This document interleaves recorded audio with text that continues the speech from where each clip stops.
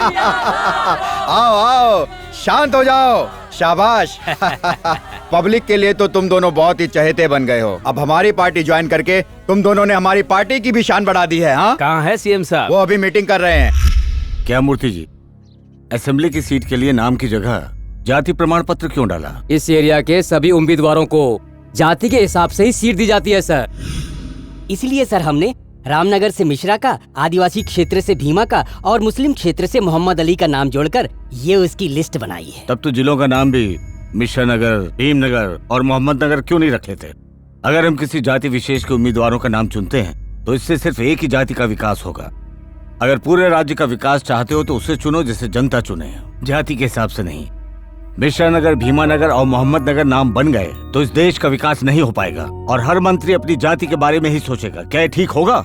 इसलिए हमें अपनी जाति से ऊपर उठकर सबके लिए सोचना होगा। आई एम सॉरी, जो समझदार हैं, ईमानदार हैं और काबिल हैं, मेरे ख्याल से ऐसे ही लोग सीट पाने के योग्य हैं। मैं ऐसे को ही सीट दूंगा। नमस्कार सर।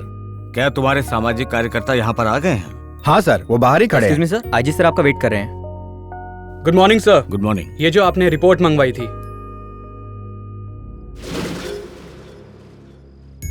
ये देखो तुम्हारे सामाजिक कार्यकर्ताओं के कारनामे हैं। टिकट देने से पहले मैं सारे कार्यकर्ताओं को क्राइम रिपोर्ट चेक करता हूँ। बिना सोचे समझे लिस्ट कैसे दी? मुझसे गलती हो गई सर, लेकिन वो लोग इतने बुरे नहीं है सर। राष्ट्र भावना, देशभक्ति उनमें भी भरी हुई है। हाँ, मुझे पता है। मुख्यमंत्री जिंदाबाद, मुख्यमंत्री जिंदाबाद, पब्लिक पार्टी जिंदाबाद, पब्लिक पार्टी जिंदाबाद, मुख्यमंत्री जिंदाबाद। हमारी पार्टी क्यों ज्वाइन करना चाहते हो तुम? प्रजा की सेवा के लिए। मर्डर करके प्रजा की सेवा करोगे? जमीन हत्या कर लोगों की सेवा करोगे? ये क्या कह रहे हैं आप? हमने ऐसा कब किया? Shut up! इतने सारे क्राइम करने के बाद भी तुम दोनों खुलेआम सड़क पे घूम रहे हो। इस पार्टी में तुम जैसों की जरूरत नहीं और न ही जनता को तुम्हारी जरूरत है। हाजी साहब, ले जाइए। पार्टी में कुछ लोग पुराने हैं और कुछ लोगों ने अभी ज्वाइन किया है। मैं एक बात साफ साफ बताना चाहता हूँ कि लोगों को पैसे देकर, उनको कपड़े देकर हमें वोट खरीदने की जरूरत नहीं। अपने व्यापारी लोगों से पार्टी फंड के नाम पर पैसे लेने का तुम्हें कोई अधिकार नहीं। उन्हीं से पैसे लेते हो और जीतने के बाद उन्हीं से अपना मुंह मोड़ लेते हो। हम सभी को अपने आप पर भरोसा करना चाहिए। हमें अपने सिद्धांतों पर चलना चाहिए और तभी हम बहुमत से जीत हासिल कर पाएंगे। अगर ऐसा ही चलता रहा तो हमारा कुछ भी नहीं होने वाला। राजनीति छोड़कर सड़क पर चाय बेचनी पड़ेगी। कोई पत्रिका पढ़ रहे हो क्या? नहीं, घोषणा पत्र है। मुख्यमंत्री का भाषण सुनते ही प्रचार शुरू कर दिया। ऐसी बात अरे नहीं। मेरे गंजे कार्यकर्ता, जिन्हें तुम अपनी योजना बताओगे वही तुम्हें जूतों से मारेंगे। इसीलिए बोलता हूँ कि दिमाग का इस्तेमाल करो। अभी तुम पार्टी में नए हो, तुम लोग मेरी एक बात सुन लो। मैं इस पार्टी में 25 सालों से हूँ और जो इस पार्टी में सिद्धांतों से लड़ेगा वो कभी भी जीत नहीं पाएगा। अपना दिमाग लगाओ, मेरी एक बात मानो। हमेशा अपनी जाति वाले की सुनो और जो दूसरी जाति वाले हैं उनको खूब पैसा खिलाओ। चुनाव के समय घर घर जाकर सबको दारू और साड़ी बांटो। अगर तुम चुनाव में ऐसा करोगे तो तुम्हें कोई हरा नहीं पाएगा। ये बात लिख कर ले लो।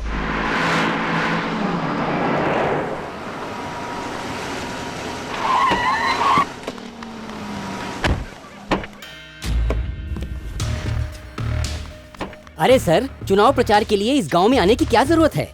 जाति के हिसाब से हमने अपनी लिस्ट बना ली है। हमने इनको दारू और पैसा बांट दिया है, इनके वोट भी खरीद लिए हैं। ये हमें ही वोट देंगे। हाँ नमस्ते। जैसे हर दिवाली पर हम अपने घर को कलर करा के नया कराते हैं, उसी तरह हर 5 साल बाद जब इलेक्शन का टाइम आए तो जनता की सेवा कर लो। आप महान हो सर। ऐसे में तो हम हर बार का इलेक्शन जीत सकते हैं। लगता है ये लोग आपके स्वागत के लिए हाथ में डंडा लेके खड़े हैं, जैसे 5 साल का गुस्सा एक बार में ही निकाल लेंगे। तुम चुप रहोगे? क्या हुआ सूरी बेटा, तुम उदास क्यों खड़े हो? हम तुम्हारे लिए तो आए हैं। नाटक करने की जरूरत नहीं है। ए, तुम्हें क्या तकलीफ है? पहले भी हम ही ने वोट देकर इन्हें जिताया है। तुमने तो गांव में बिजली लाने का वादा किया था, इसलिए हम सबने दिया जलाकर तुम्हारा स्वागत किया था। अरे बिजली तो दूर की बात है, अभी तक इस गांव में पानी तक नहीं पहुंचा और तुम चाहते हो कि हम सब गांव वाले मिलकर तुम्हें वोट दें? पक्की सड़क बनाने का वादा किया था तुमने, लेकिन अभी तक वो सड़क पे एक गड्ढा भी नहीं भरा है। सूरी, इसी काम के लिए तो मैं दिल्ली गया था, ताकि इस गांव में सड़क तो क्या एयरपोर्ट तक बन जाए। लेकिन मुझे क्या पता था कि वहाँ पर सारा मामला बिगड़ जाएगा। क्या मामला? क्या बिगड़ा? मतलब वहाँ पर बम ब्लास्ट हुआ और सारा मामला बिगड़ गया। इसको बताओ सर। ब्लास्ट में बहुत लोग मारे गए, पूरा देश शोक में डूब गया और तो और सारा काम ठप हो गया। इसीलिए सड़क का काम भी नहीं हो पाया। उसके बाद भी तो हम लोगों ने तुम्हें जिताया था ना। जब हम लोगों ने गांव में पानी और बिजली लाने का सोचा था तो पूरे देश में भुखमरी हो गई थी। अब बताओ इसमें मेरी क्या गलती है? उसके बाद तो इनकी धड़कनें भी बंद हो गई। फिर भी हमने हार नहीं मानी और कैसे भी करके नकली दिल का इंतजाम भी किया और लेफ्ट साइड में लगा दिया। दिल बदलने के बाद मेरा दिल्ली पर से भरोसा उठ गया और सीधा मुख्यमंत्री जी के पास गया ताकि हमारे गांव का विकास हो सके। उन्होंने भरोसा दिया कि वो कुछ करेंगे। अब योजना ही बदल गई तो मैं क्या करूं? उसके बाद एक और योजना आई और योजना पे योजना आती रही। कौन सा पहले करना है, कौन सा बाद में करना है, यही सोचने में हमारे सर को काफी समय लग गया। लेकिन इलेक्शन के बाद पूरी हो जाएंगी। गाँव की समस्या और सरकार की योजनाओं में आखिर क्या संबंध है? अगर गांव की समस्या दूर करनी है तो योजना बनानी पड़ेगी। तुम्हें क्या लगता है मैंने कुछ नहीं किया? ऐसा नहीं है, मैंने अपनी पूरी कोशिश की। एक बात सुनो, अगर हमें गांव में विकास करना है तो हमें देश में होने वाली योजनाओं को भी गांव-गांव तक लाना होगा। तुम तो समझदार हो बेटा। मेरी एक बात तुम लोग ध्यान से सुनो, अब इस गांव में सड़क तभी बनेगी जब मुझे ज्यादा वोटों से जिताओगे। समझ गए तुम? जय हिंद। चलता हूँ मैं, ठीक है? नमस्कार सरपंच जी। नमस्कार सरपंच जी।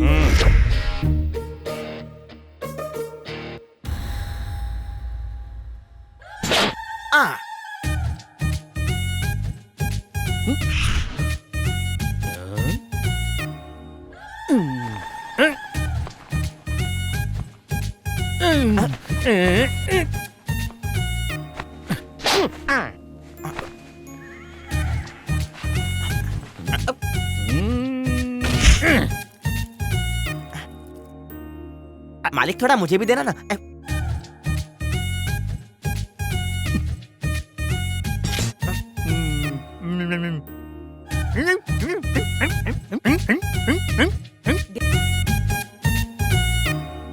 ए बेवकूफ, चलो पंचायत। हाँ चलो। मामला क्या है? आपको बुचन्ना ने बुलाया है। अरे छोड़ दो, मुझे मर जाने दो। बस मैं अब जिंदा नहीं रहना चाहता। जब तक मैं बाप जी से नहीं मिल लेता मैं जिंदा नहीं रहना चाहता। मैं यही चलता रहूंगा। अगर 1 घंटे के अंदर वो मुझसे नहीं मिले तो मैं अपनी जान दे दूंगा। छोड़ दो मुझे मरना है। रुक ना। तेरी हिम्मत कैसे हुई बाप जी को बुरा कहने की? अरे बात तो सुनो, बाप जी हमसे बात नहीं कर रहे बात हैं। तो दूर, सुबह से उन्होंने खाना भी नहीं खाया है। क्या हुआ उन्हें? उनको भगा दिया। भगा दिया? पास के एक गांव में जब वो इलेक्शन के लिए गए थे तब उनको गांव से धक्के देकर भगा दिया। मेरे बाप जी पर हाथ उठाया, उसका नाम बताओ मुझे। सूरी।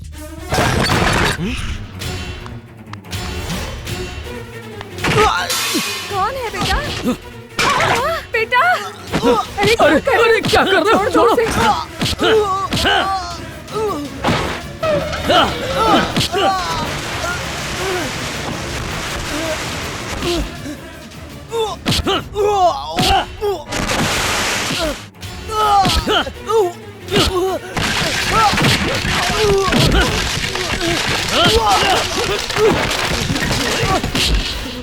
मेरे बाप जी की बेइज्जती करने की तेरी हिम्मत कैसे हुई?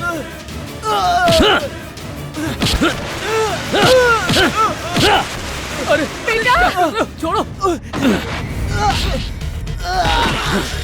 इस हाथ से मेरे बाप जी को धक्का दिया था ना, ऐसी गलती की यही सजा मिलेगी।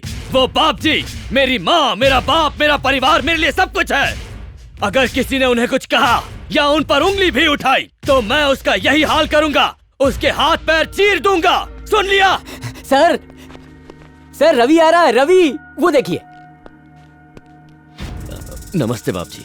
गांव गए थे ना? हाँ गया था। सूरी मिला क्या? हाँ मिला ना। क्या किया उसके साथ? मैंने उसे समझा दिया है। मतलब तुम वहाँ समझाने गए थे? नहीं, मैंने उसे अच्छी तरह समझाया। अरे अच्छे से कैसे समझाया ये बताओ। आप पर कोई हाथ उठाए मैं उसे कैसे छोड़ दूं, इसीलिए उसका हाथ लेकर आया हूँ। रवि, तुम ही मेरे असली बेटे हो। जब भी मेरी बीवी मुझसे बच्चे की बात करती है तो मैं उससे एक ही बात कहता हूँ, रवि है ना हमारा बेटा। ए, उठ, उठ। ए, जाकर वो रवि वाला बोतल लेकर आ, जा। ए रवि, जब मैं मुख्यमंत्री से मिलने के लिए गया था तो तुम्हारे बारे में ही सोच रहा था। क्यों बाप जी, उन्हें भी मेरी याद आ रही थी क्या? अरे उनको नहीं, मुझको तुम्हारी याद आ रही थी। तुम तो मेरे दिल के टुकड़े हो ना। ए, आओ इधर बैठो। सिंगापुर से खास तुम्हारे लिए ही ये बोतल लेकर आया हूँ मैं। चलो बैठो। आपके सामने? नहीं नहीं नहीं। जब मैं अपनी खुशी से तुम्हें ये चीज दे रहा हूँ तो मना नहीं करते। रख लो। ए रवि, जब बाप जी जैसे सज्जन पुरुष तुम्हारे लिए इतना सब कुछ कर रहे हैं तब तुम क्यों अरे नहीं? ऐसी बात नहीं है, बाप जी मेरे लिए भगवान है और भगवान के सामने नहीं पियोगे तो एक काम करो, इसे घर लेकर जाओ और पूरा बोतल कटक जाना। पकड़ो। अरे सिंगापुर की दारू क्या चढ़ती है। रवि रवि रवि बाबू, लगता है मैंने इतनी पी ली है कि अब गांव के गधे भी मुझसे बात करने लगे हैं। अरे गधे ने नहीं, मैंने बुलाया है। गंगा, कौन सी गंगा? बहने वाली गंगा या आकाश गंगा? अपने गांव की गंगा। अच्छा, तुम यहाँ हो? वहाँ पूरा गांव पानी के लिए तरस रहा है और तुम यहाँ बह रही हो। मैं तुम्हारा ही तो इंतजार कर रही थी। अच्छा, जरा 5 मिनट के लिए अंदर तो आओ, तुम्हें कुछ दिखाना है। 5 मिनट में ऐसा क्या दिखा दोगी? जो भी तुम देखना चाहो। 1 घंटा रुका तो? पहले चलो तो सही। और सुबह तक रुका तो? सुबह तक तो तुम्हें कुछ याद ही नहीं रहेगा। आओ ना। थोड़ी सी भी अकल नहीं है तुझमें? ऐसे कोई भी तुझे बुलाएगा और तू उसके घर चला जाएगा? तुझे मुझ में और इस लड़की में कोई फर्क समझ नहीं आता क्या? अरे मुझे लगा तुम हो, इसमें मेरी क्या गलती है? इसने तुम्हारी साड़ी पहन रखी है, इसीलिए ये सब हुआ। कैसी औरत है ये? मेरी ही साड़ी पहनकर मेरी ही रवि को पहला फुसलाकर बुलाती है। तुम और ये दोनों जाओ भाड़ में। मेरी साड़ी खराब कर दी, अब इसे धोना पड़ेगा। हे भगवान, ये फिर से सो गया। उठ। हाँ, चल रहा हूँ। मैं तुम्हारे लिए इतना प्यार से खाना बनाती हूँ, तो फिर तुम उसके यहाँ क्यों जाते हो? कहा ना, साड़ी देखकर गलतफहमी हो गई थी, वरना तुम इतनी प्यारी हो कि तुम्हें छोड़कर मैं उसके पास जाऊंगा। पागल हो? तुम हमेशा ऐसे ही झूठ बोलते हो। मैं झूठ बोलता हूँ? मेरी कसम सच कह रहा हूँ। तो क्या सच में मैं तुम्हारे दिल में हूँ? अरे सिर्फ दिल में ही नहीं, तुम तो हर जगह हो। यहाँ इस पानी में तुम हो, इस खाने में तुम हो, और तो और तुम मेरे मन में भी हो। तुम्हारे अलावा मैं किसी के बारे में नहीं सोच सकता। सच बोल रहे हो ना? अरे बाबा, तुम्हारी कसम। अब खाओ। अच्छा, मैं तुमसे एक चीज मांग सकती हूँ क्या? मांगो ना। बात ये है कि मैं जहाँ जाना चाहूँ वहाँ ले जाओगे? कहाँ जाना चाहती हो तुम? प्लेट में। प्लेट में? हाँ। ये लो, पकड़ो। नहीं नहीं, ये वाला नहीं। तो? वो जिसमें बैठ के विदेश जाते हैं, वो वाला। अरे बाबा, उसे प्लेट नहीं, फ्लेट कहते हैं। जो भी है, मैं उसमें बैठकर एक बार विदेश जाना चाहती हूँ। ये मेरी बचपन से ही इच्छा है। अच्छा, हाँ। जाएंगे ना? मैं अभी जाके बाप जी से कहता हूँ, तुरंत टिकट मिल जाएगा हम दोनों को। तो ला दो ना जल्दी से टिकट। अभी चाहिए? ये लो। अरे ये सच में मिल गई। ये लो।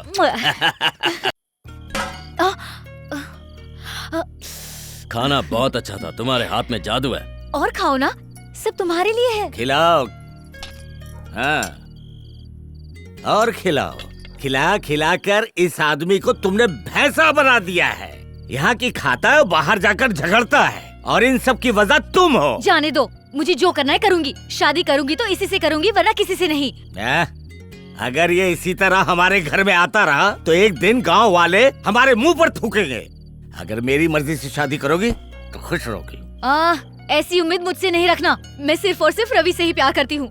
पता नहीं क्या देखा था तुमने इसमें। न इसके पास जमीन है न जायदाद।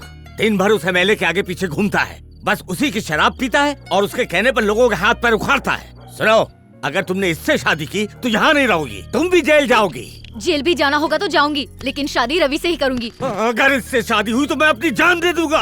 मैं तो इस जन्म में तो क्या, बल्कि उस जन्म में भी रवि के साथ ही अपनी जिंदगी गुजारूंगी, नहीं तो फांसी लगा लूंगी। तुम फांसी लगाओगे और मैं खड़ा देखता रहूंगा? तुमसे पहले मैं फांसी लगा लूंगा। पहले मैं मरूंगी। तुम नहीं, मैं मरूंगा। मैं मरूंगी। मैं मरूंगा। मैं मरूंगा। मैं मरूंगा। चिल्ला क्यों रहे हो? ये पकड़ो दोनों। चुप। दरवाजा बंद करो और खुद को फांसी लगा लो। वैसे भी तुम्हें रोकने कोई नहीं आएगा।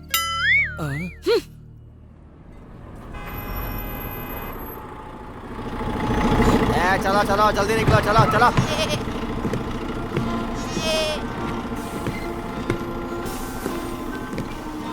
भैया आ जाइए।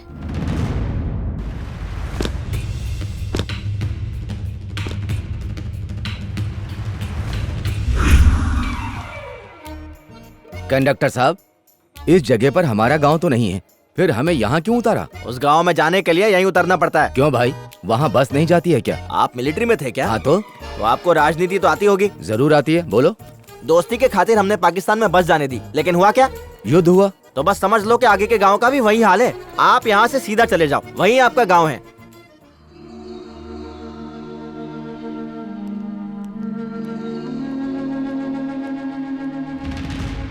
अब समझ में आया कि यहाँ बस क्यों नहीं आती है। अगर ये गड्ढे इसी तरह रहे तो कुएं बन जाएंगे।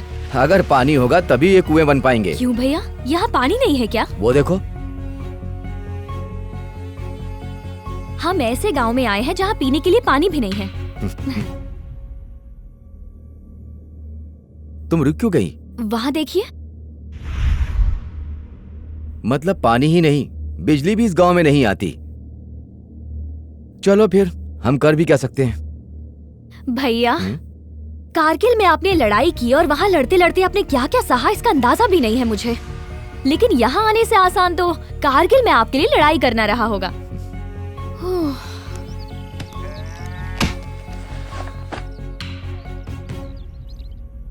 अजनबी लगते हो, किसके घर आए हो? इस गांव में रहने के लिए मकान चाहिए। इस गांव में? इस गांव में बाहर से लोग आने से भी कतराते हैं, और आप शहर से इतनी दूर यहाँ गांव में आए हैं। अच्छा है। अरे गर्मी बहुत है, बाहर खड़े रहोगे तो लू लग जाएगी। बैठिए बैठिए। वैसे किस काम से इस गांव में आए हैं? मैं टीचर हूँ और यहाँ पढ़ाने आई हूँ। मतलब आप टीचर हो, और टीचर का मतलब गुरु होता है, और हमारे यहाँ गुरु ईश्वर का अवतार होता है। मतलब आप देवी हो, मुझे आशीर्वाद दो। ये कौन है? मेरे भैया। अच्छा, मेरी दीदी के भैया, तो फिर मेरे भी भैया। बेटा, अगर ऐसे ही बकबक करती रहोगी तो इन्हें जलपान कौन कराएगा? मैं भूल गई, मैं अभी लेकर आती हूँ। मेरी बेटी है, मेरी बेटी बहुत ही चंचल है, दिन भर बकबक करती है। इस गांव में तो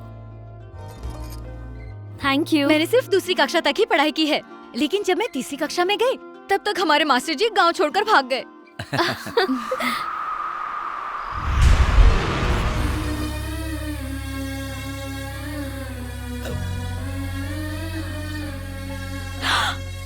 ये कैसे हुआ?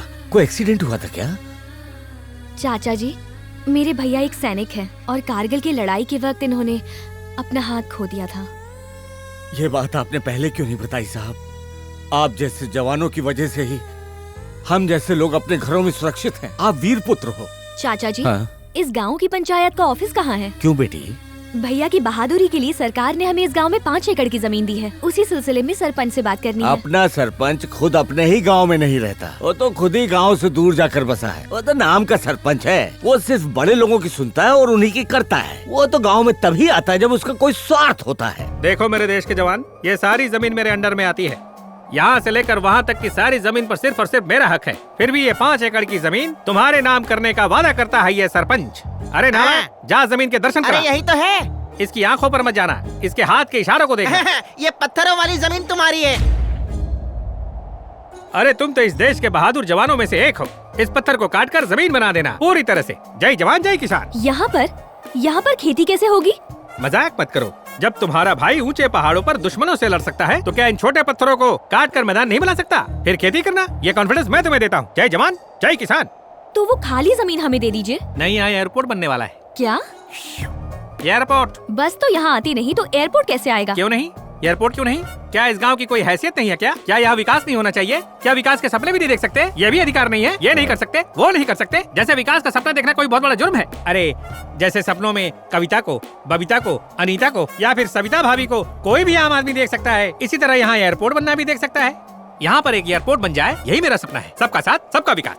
तो इस तरफ की जमीन दे दीजिए। नहीं, यहाँ मैं बंदरगाह बनवाऊंगा। बंदरगाह? जहाँ बड़े जहाज आते हैं। उसके लिए वहाँ पर समुद्र का होना जरूरी है। वो भी मेरा एक सपना है। सपने देखने के लिए मैं स्वतंत्र हूँ, क्यों हूँ ना? एक दिन मैं यहाँ समुद्र भी बनवाऊंगा। क्यों नालायक? उस पर टाइटैनिक भी चलेगी। आपके सोचने से समुद्र यहाँ नहीं आएगा, वो प्रकृति का एक हिस्सा है।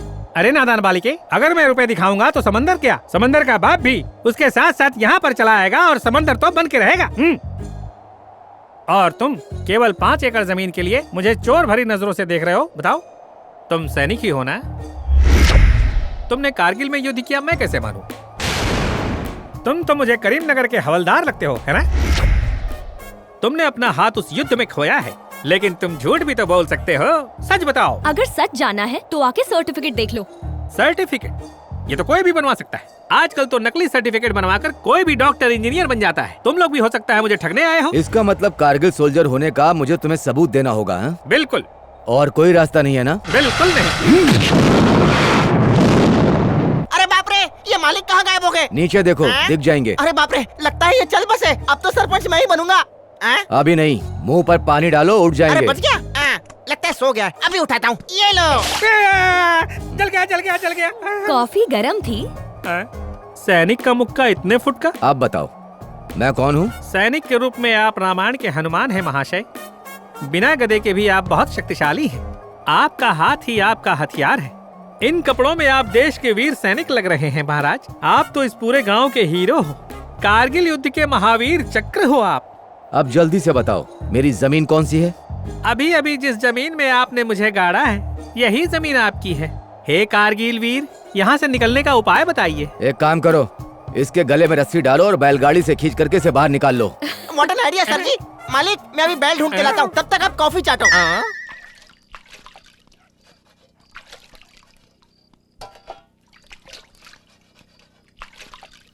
ये जरूर वही होगी, अब तक मेरा इंतजार कर रही है।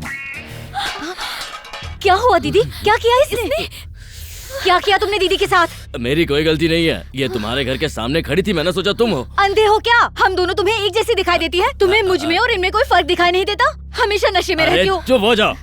मुझे क्या सपने में आएगा कि तुम्हारे घर में मेहमान आया है? हा? ये तो ऐसा हो गया जैसे रामायण में राम जी और सीता माँ के बीच द्रौपदी आ गई हो।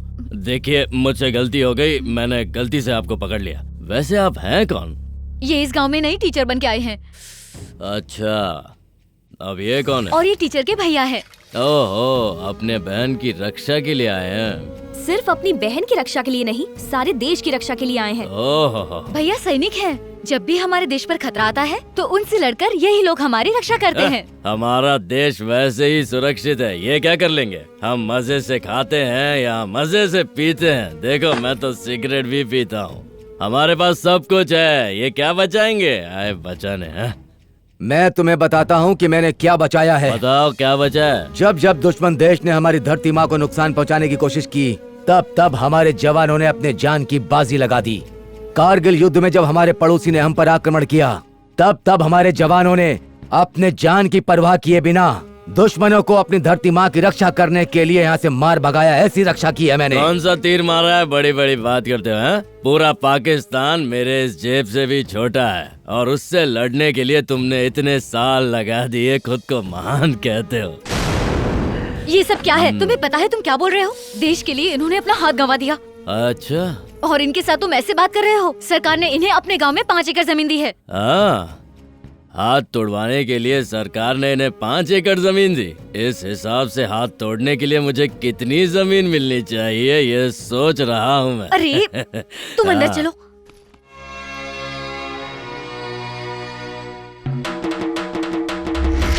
गांव वालों सुनो, गांव में पोलिंग बूथ लग चुका है। सभी गांव वाले पोलिंग बूथ पर वोट देने आ जाएं। सभी गांव वालों से निवेदन है कि अपना वोटर कार्ड लेकर मतदान देने आए। सुनो।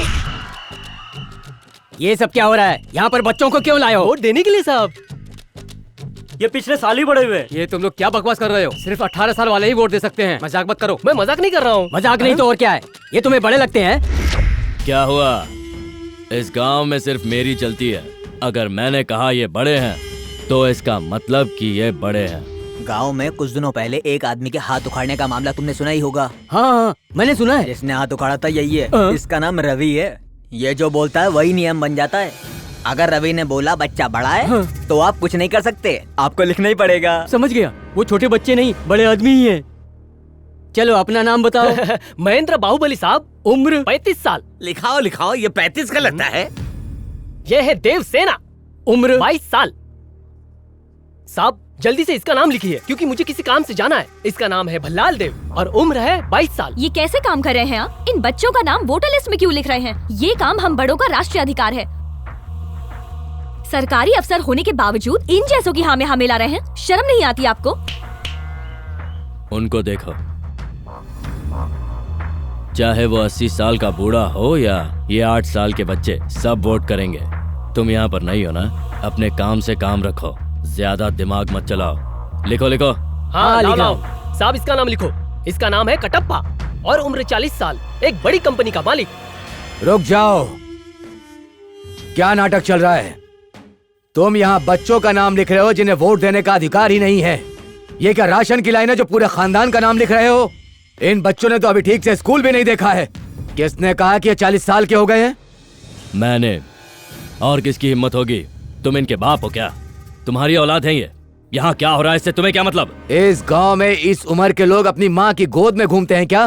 तू भी घूमता है? बता। घूमता हूँ। इस गांव के लोग ऐसे ही जीते हैं और यहाँ पर यही होता आ रहा है पिछले 50 सालों से। इस गांव के बड़े भी अपने बाप की उंगली पकड़ते हैं। अब समझ में आया, ये एक अलग गांव है, ये एक स्पेशल गांव है। चुप हो जाओ। तुम्हारा कोई हक नहीं बनता कि तुम सरकार के बनाए हुए नियमों को तोड़ो, प्रजातंत्र का मजाक बनाते हो। इसी तरह छोटी बच्चियों की शादी करके उनका जीवन नरक बना दोगे। छोटे बच्चों से वोट दिला करके किसी घटिया नेता को जिताकर उसकी सरकार बना दोगे। तुम जैसे घटिया लोगों की वजह से ही प्रजातंत्र मजाक बनकर रह गया है। जब एक बुरा आदमी नेता बनता है तो ऐसा आदमी समाज और संस्कृति को बर्बाद करके रख देता है। तुम छोटे बच्चों के वोट से ऐसे आदमी की सरकार बनाना चाहते हो जो 5 साल के लिए इस देश के विकास को रोक दे। मैं ऐसा होने नहीं दूंगा, बिल्कुल नहीं। अभी तो तेरा सिर्फ एक हाथ नहीं है, यहाँ से नहीं गया तो दूसरा भी खो देगा।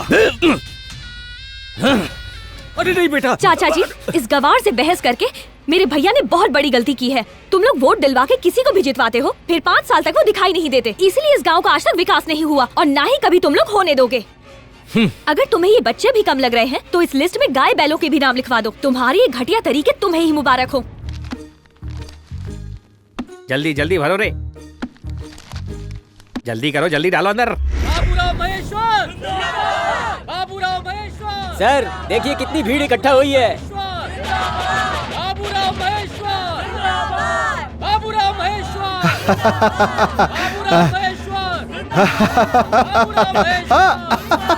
रवि, आ इधर आजा।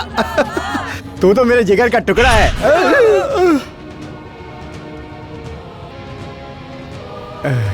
हमारे बाप जी, हमारे बाप जी, एमएलए बाप जी।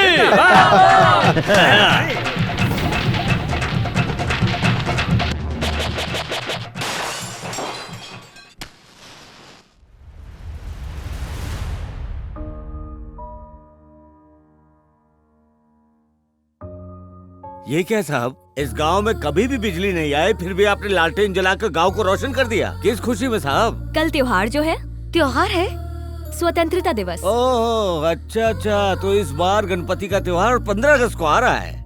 गणपति का त्योहार तो हिंदुओं के लिए है, क्रिसमस का त्योहार ईसाइयों का और रमजान मुसलमानों के लिए है, लेकिन ये आजादी का त्योहार सभी के लिए है, फिर वो चाहे किसी भी मजहब का हो या जाति का हो। कल हमारी आजादी का दिन है बाबा।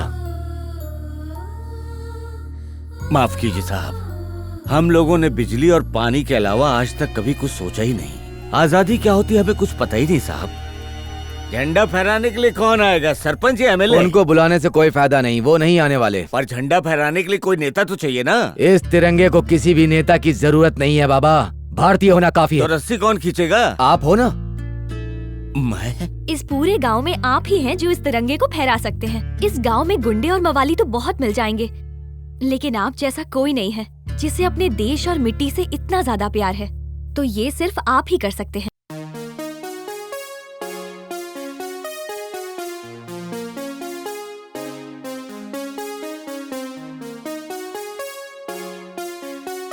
तुम लोग क्यों नहीं आ रहे हो? ये लो, अब जोर से बोलो, वंदे मातरम। वंदे मातरम।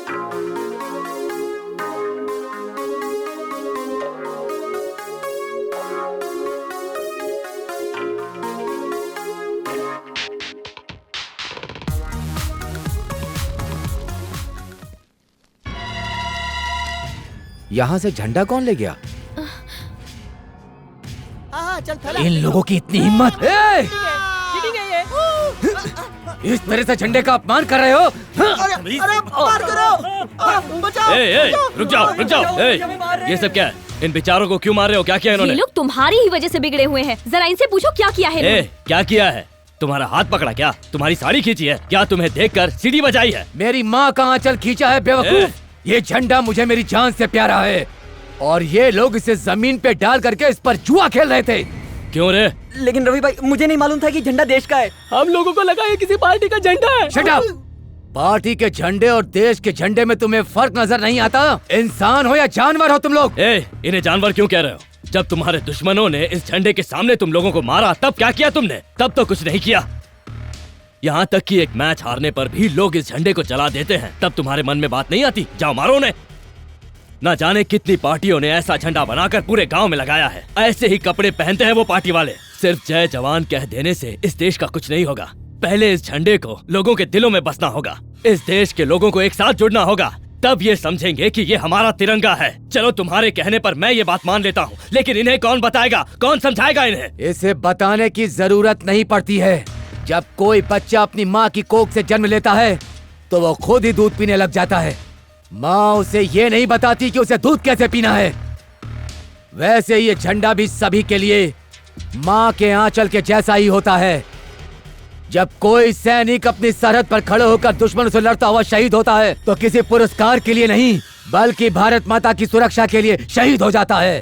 परमवीर चक्र पाने के लिए नहीं, उसकी आखिरी इच्छा होती है कि वो उसी देश में जन्म ले और शहीद होने के बाद इसी तिरंगे में उसे लपेटा जाए।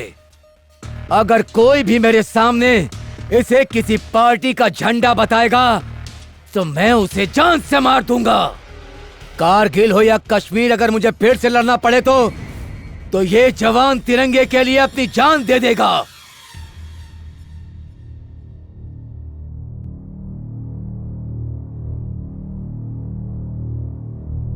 ये मैं आज भी गर्व से गाता हूँ। स्वतंत्रता दिवस पर ही नहीं, हर दिन इसे फहराने की इच्छा है मुझ में।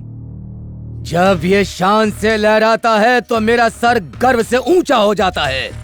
स्वतंत्रता दिवस का दिन लोगों के लिए छुट्टी का दिन होता होगा, लेकिन मेरे लिए नहीं। इस तिरंगे के लिए मेरे अंदर देशभक्ति की भावना हमेशा रहेगी। तिरंगे का सम्मान सिर्फ स्वतंत्रता दिवस पर ही नहीं, देश के हर नागरिक के दिल में हमेशा होनी चाहिए। तिरंगा कोई साधारण कपड़ा नहीं है जो नेताओं की गाड़ियों पर लगा दिया जाए। ये वो कपड़ा है जिसके आगे हर भारतीय को सर झुकाना चाहिए। जय हिंद। आपने उन सभी लोगों को सीट दी है जो नए हैं, अनुभवहीन हैं, पहली बार इलेक्शन लड़ रहे हैं। लेकिन मैं जब से इस पार्टी की नींव रखी गई है तभी से इस पार्टी की जी जान से सेवा कर रहा हूँ। ये तो आपको पता है कि पिछले 3 बार से मैं लगातार विधायक का चुनाव जीत रहा हूँ। इस पार्टी के लिए जी जान एक कर रहा हूँ। उसके बाद भी आपने मेरे किसी भी उम्मीदवार को टिकट नहीं दिया। क्या मेरा हक नहीं है कि मैं पार्टी से टिकट की उम्मीद करूं? आपकी जाति का नहीं हूं, इसीलिए मुझे टिकट नहीं दिया। मंत्री बनने के लिए किसी जाति का नहीं, चरित्र का, ईमानदारी का, अनुभव का होना जरूरी है। आपका मतलब क्या है? मतलब आप अच्छी तरह से जानते हैं, फिर भी आप हमारे मुंह से अपने कारनामे सुनना चाहते हैं। मुख्यमंत्री होकर आप? मुख्यमंत्री की हैसियत से ही बता रहा हूँ। तुम हर साल गांव के विकास के लिए सरकार से लाखों रुपए लेते चले आए हो, लेकिन विकास के नाम पर कुछ नहीं किया।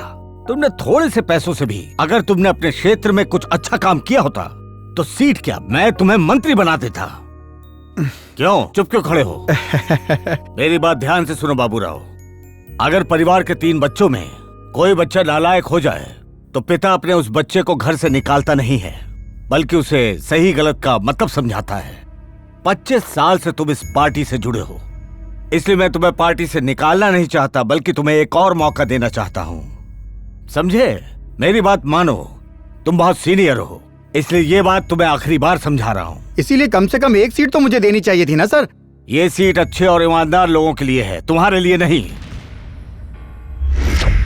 मना करने के बाद भी तुम लोग पानी लेने चले आते हो। यही एक कुआं बचा हुआ है, अगर तुम लोग भी यहाँ पानी लेने आओगे तो हमें पानी कैसे बचेगा? अगर हम थोड़ा सा पानी ले लेंगे तो तुम्हारा कुआं सूख जाएगा क्या? मेरा कुआं है, मैं पानी दूं या न दूं, तुम्हें इससे क्या लेना देना है?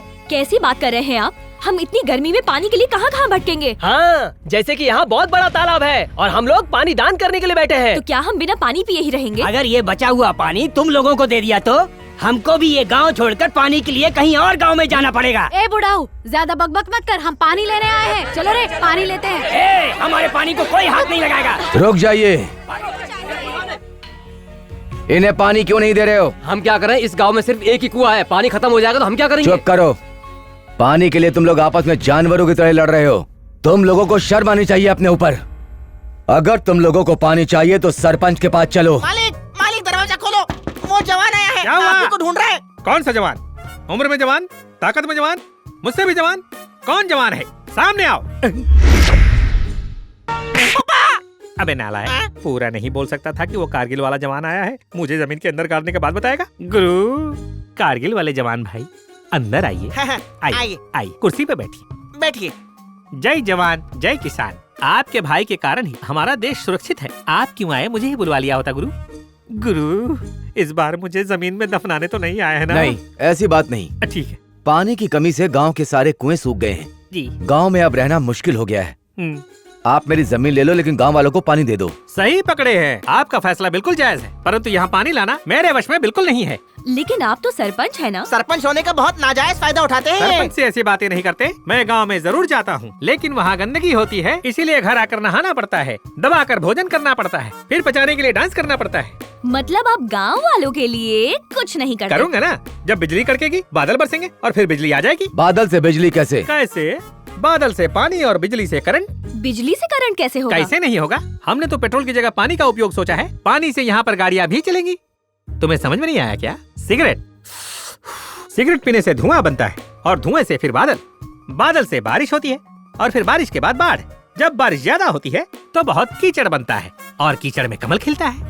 इसी तरह बादल के गरजने से बिजली का निर्माण करूंगा और घर घर में बिजली पहुंचाऊंगा। क्या बात है सर, आपने जो सपना देखा है वो तो बहुत बढ़िया है। पानी का आइडिया कैसा लगा आपको? बढ़िया। फिर तो हम लोगों का इस गांव में रहना बेकार है। 100% बेकार। अरे इस गांव के लोग तो महीने में एक बार भी नहा ले तो बहुत है, और ऐसे गांव वालों के बीच इंसान तो क्या जानवर भी रहना बिल्कुल पसंद नहीं करेगा। इसका मतलब गांव वाले जानवरों से भी बदतर हैं, हाँ? आपने बिल्कुल सही कहा श्रीमान, और ये बात मैं सीना ठोक कर कहता हूँ। आप इन गांव वालों को नहीं जानते। इन गांव वालों की जिंदगी कीड़ों मकोड़ों से भी बिल्कुल बदतर है, बोले तो एकदम बदतर।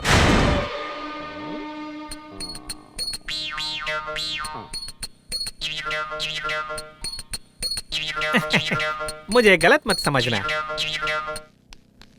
मैं अपने पूर्वजों की कसम खाकर कहता हूँ, मैं इन गांव वालों के लिए अपनी जान भी दे दूंगा। ये गांव ही मेरे लिए मेरी दुनिया है। सही कहा मालिक। इस गांव को शहर तो क्या, इस गांव में बिजली, पानी, सड़क तो क्या, मैं यहाँ पर एयरपोर्ट से लेकर बंदरगाह तक बनवा दूंगा। प्रति व्यक्ति को पूजने के लिए अलग अलग मंदिर तक बनवा दूंगा। बोलिए स्वामी। मालिक की जय हो। कारगिल के वीर जवान, आप जा रहे हो, मेरा क्या होगा? हम गांव वाले तुम्हारे लिए जानवर से भी बदतर है ना? ऐसा इस गधे ने बोला। मच्छर से भी गए गुजरे हैं? ऐसा भी इसी नालायक ने बोला था। तुमने तो कहा था कि हम कीड़े मकोड़े हैं। ये भी मुझे इसीलिए बताया था गंगा बहन। मेरे लिए तुम तो भगवान हो। हम महीने में एक बार नहाते हैं। हम लोगों को जीने का अधिकार नहीं।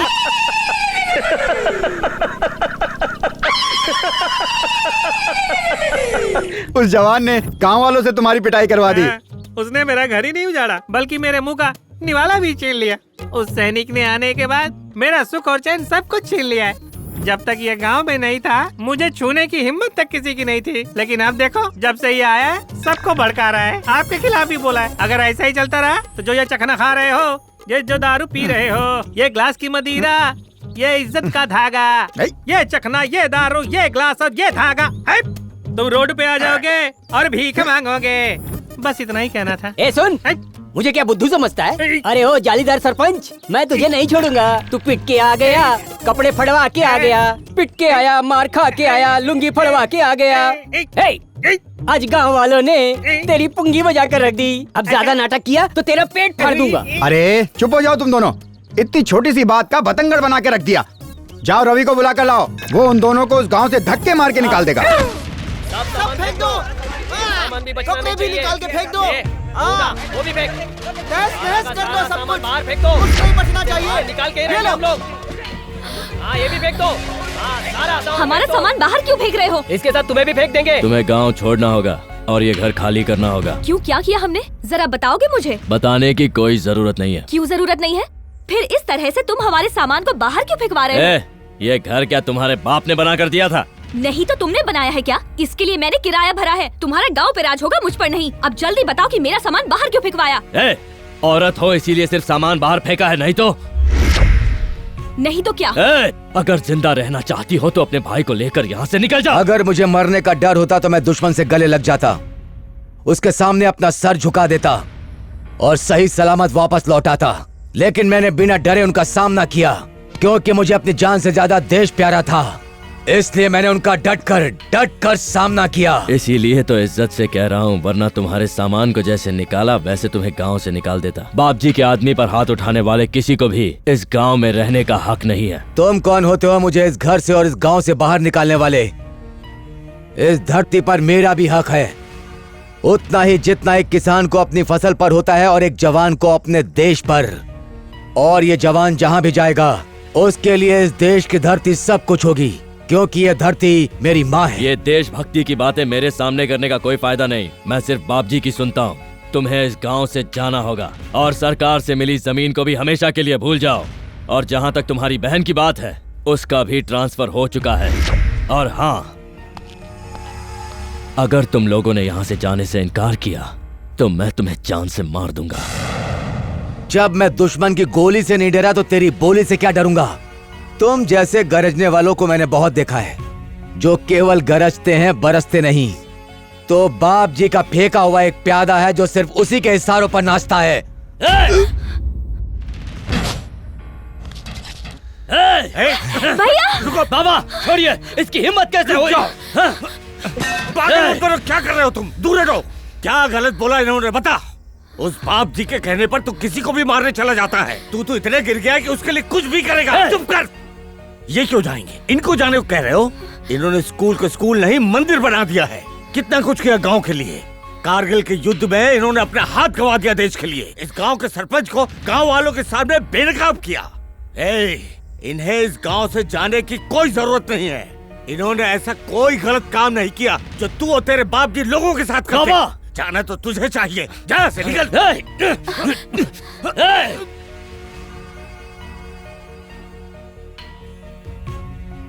गुंडा मवाली कहीं का। सामान फेंकते शर्म नहीं आई? सारा सामान अंदर रखो। चलो।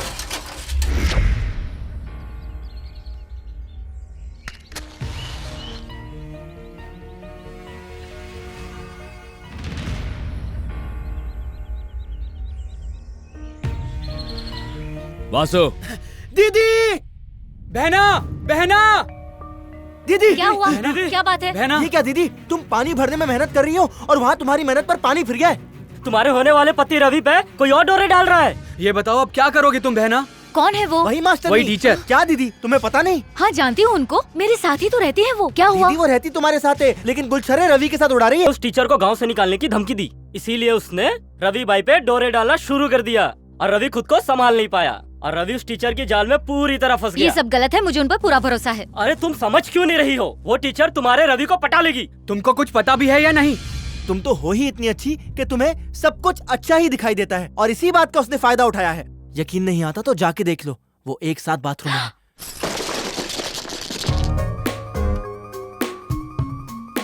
बच्चों, ये क्या खेल रहे हो तुम लोग? कंचे खेल रहे हैं। अगर खेलना हो तो लंगड़ी खेलो, गधा मार खेलो, उठा पटक खेलो। ऐसा कोई खेल खेलो जिसमें मजा आए। तो क्रिकेट खेले, मजा आएगा। क्या क्रिकेट क्रिकेट करते रहता है, उसमें क्या मजा है? चलो गुलेल मार खेलते हैं। गुलेल मार कैसे खेलते? बहुत ही आसान है। अगर कोई सुंदर लड़की जा रही हो, उसे मार कर तुरंत भाग जाओ। ऐसा मारूंगा ना, ये खेल किसी और को जाकर सिखाना, हम लोगों को नहीं। ज्यादा भोला बनने की कोशिश मत कर। मैं एक कला बताता हूँ। पेट को आगे करके चाय पियो, फिर पीछे करके मिक्स करो। अच्छा तो ऐसा क्या? ये कौन सी बड़ी चीज है?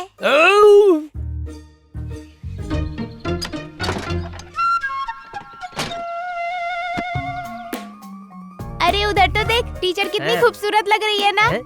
ए पागल, उसके बारे में ऐसा मत बोलो। तुमको क्या दिक्कत है? कह तो तू सही रहा है। वो देख, अब आएगा मजा।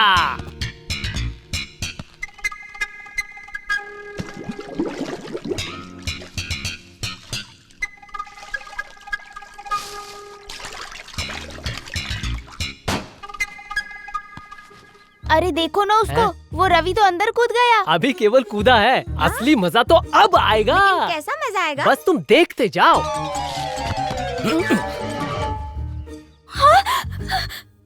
नहीं नहीं नहीं, तुम यहाँ क्या कर रहे हो? बाहर जाओ। अगर चुपचाप बैठी रही तो मैं चला जाऊंगा, वरना सबको बताऊंगा कि मैंने तुम्हें ऐसे देख लिया है। छी, इंसान हो या जानवर? कहा ना आवाज मत करो। तो जल्दी यहाँ से जाओ। एक शब्द ही और कहा तो मैं पीछे मुड़ जाऊंगा। रुको रुको, कोई ना बोलती बंद। तुम शर्ट क्यों निकाल रहे हो? हाँ, मुझे भी नहाना है इसीलिए उतार रहा हूँ। ये देखो भाई लोग, नजारा सुपर है। सुनो, जल्दी करो, तुम्हारा भाई आने वाला है। उसके बाद स्कूल के बाहर मिलेंगे, फिर घूमने जाएंगे, बहुत मजा आएगा।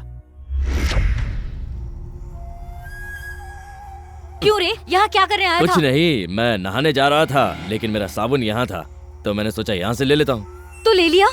जा ही रहा था लेकिन वो टीचर नहा रही है ना, तो मैंने सोचा कि बाद में नहा लेता हूँ, कौन सी जल्दी है। छी, थोड़ी तो शर्म करो। भगवान के लिए झूठ बोलना बंद करो। देखो मैं तुमसे सच कह रहा हूँ, मुझे क्या पता था कि वो इस वक्त नहा रही होगी। जो हुआ हमारे बीच हुआ, उसे कोई तकलीफ नहीं तो तुम्हें क्या तकलीफ है, समझी?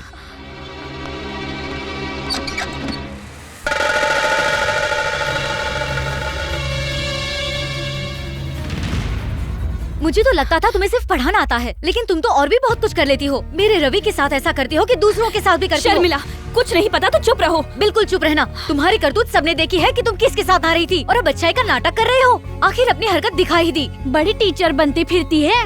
इसको तो मर्दों के साथ नहाने में बड़ा मजा आता है। ऐसी औरतों को मैं जानती हूँ, जब भी कोई अच्छा मर्द देखती है तो डोरे डालने लगती है। मुझे तो पहले ही समझ जाना चाहिए था ये कैसी औरत है। औरत को हमेशा अपनी मर्यादा में रहना चाहिए, समझ में आया? अगर ये हर कहीं ऐसे ही मुंह मारती रही तो पूरा गांव बदनाम हो जाएगा। इसे बोलने का कोई फायदा नहीं है। मेरा घर छोड़ेगी या तुम्हें धक्के मार के निकालना पड़ेगा।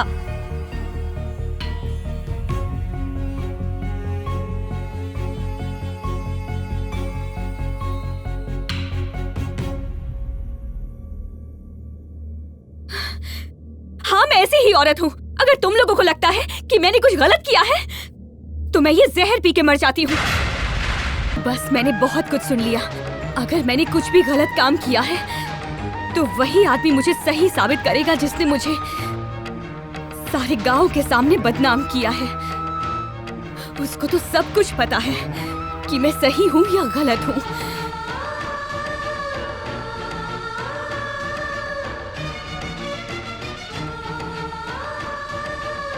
भैया भैया भैया, दीदी ने जहर पी लिया।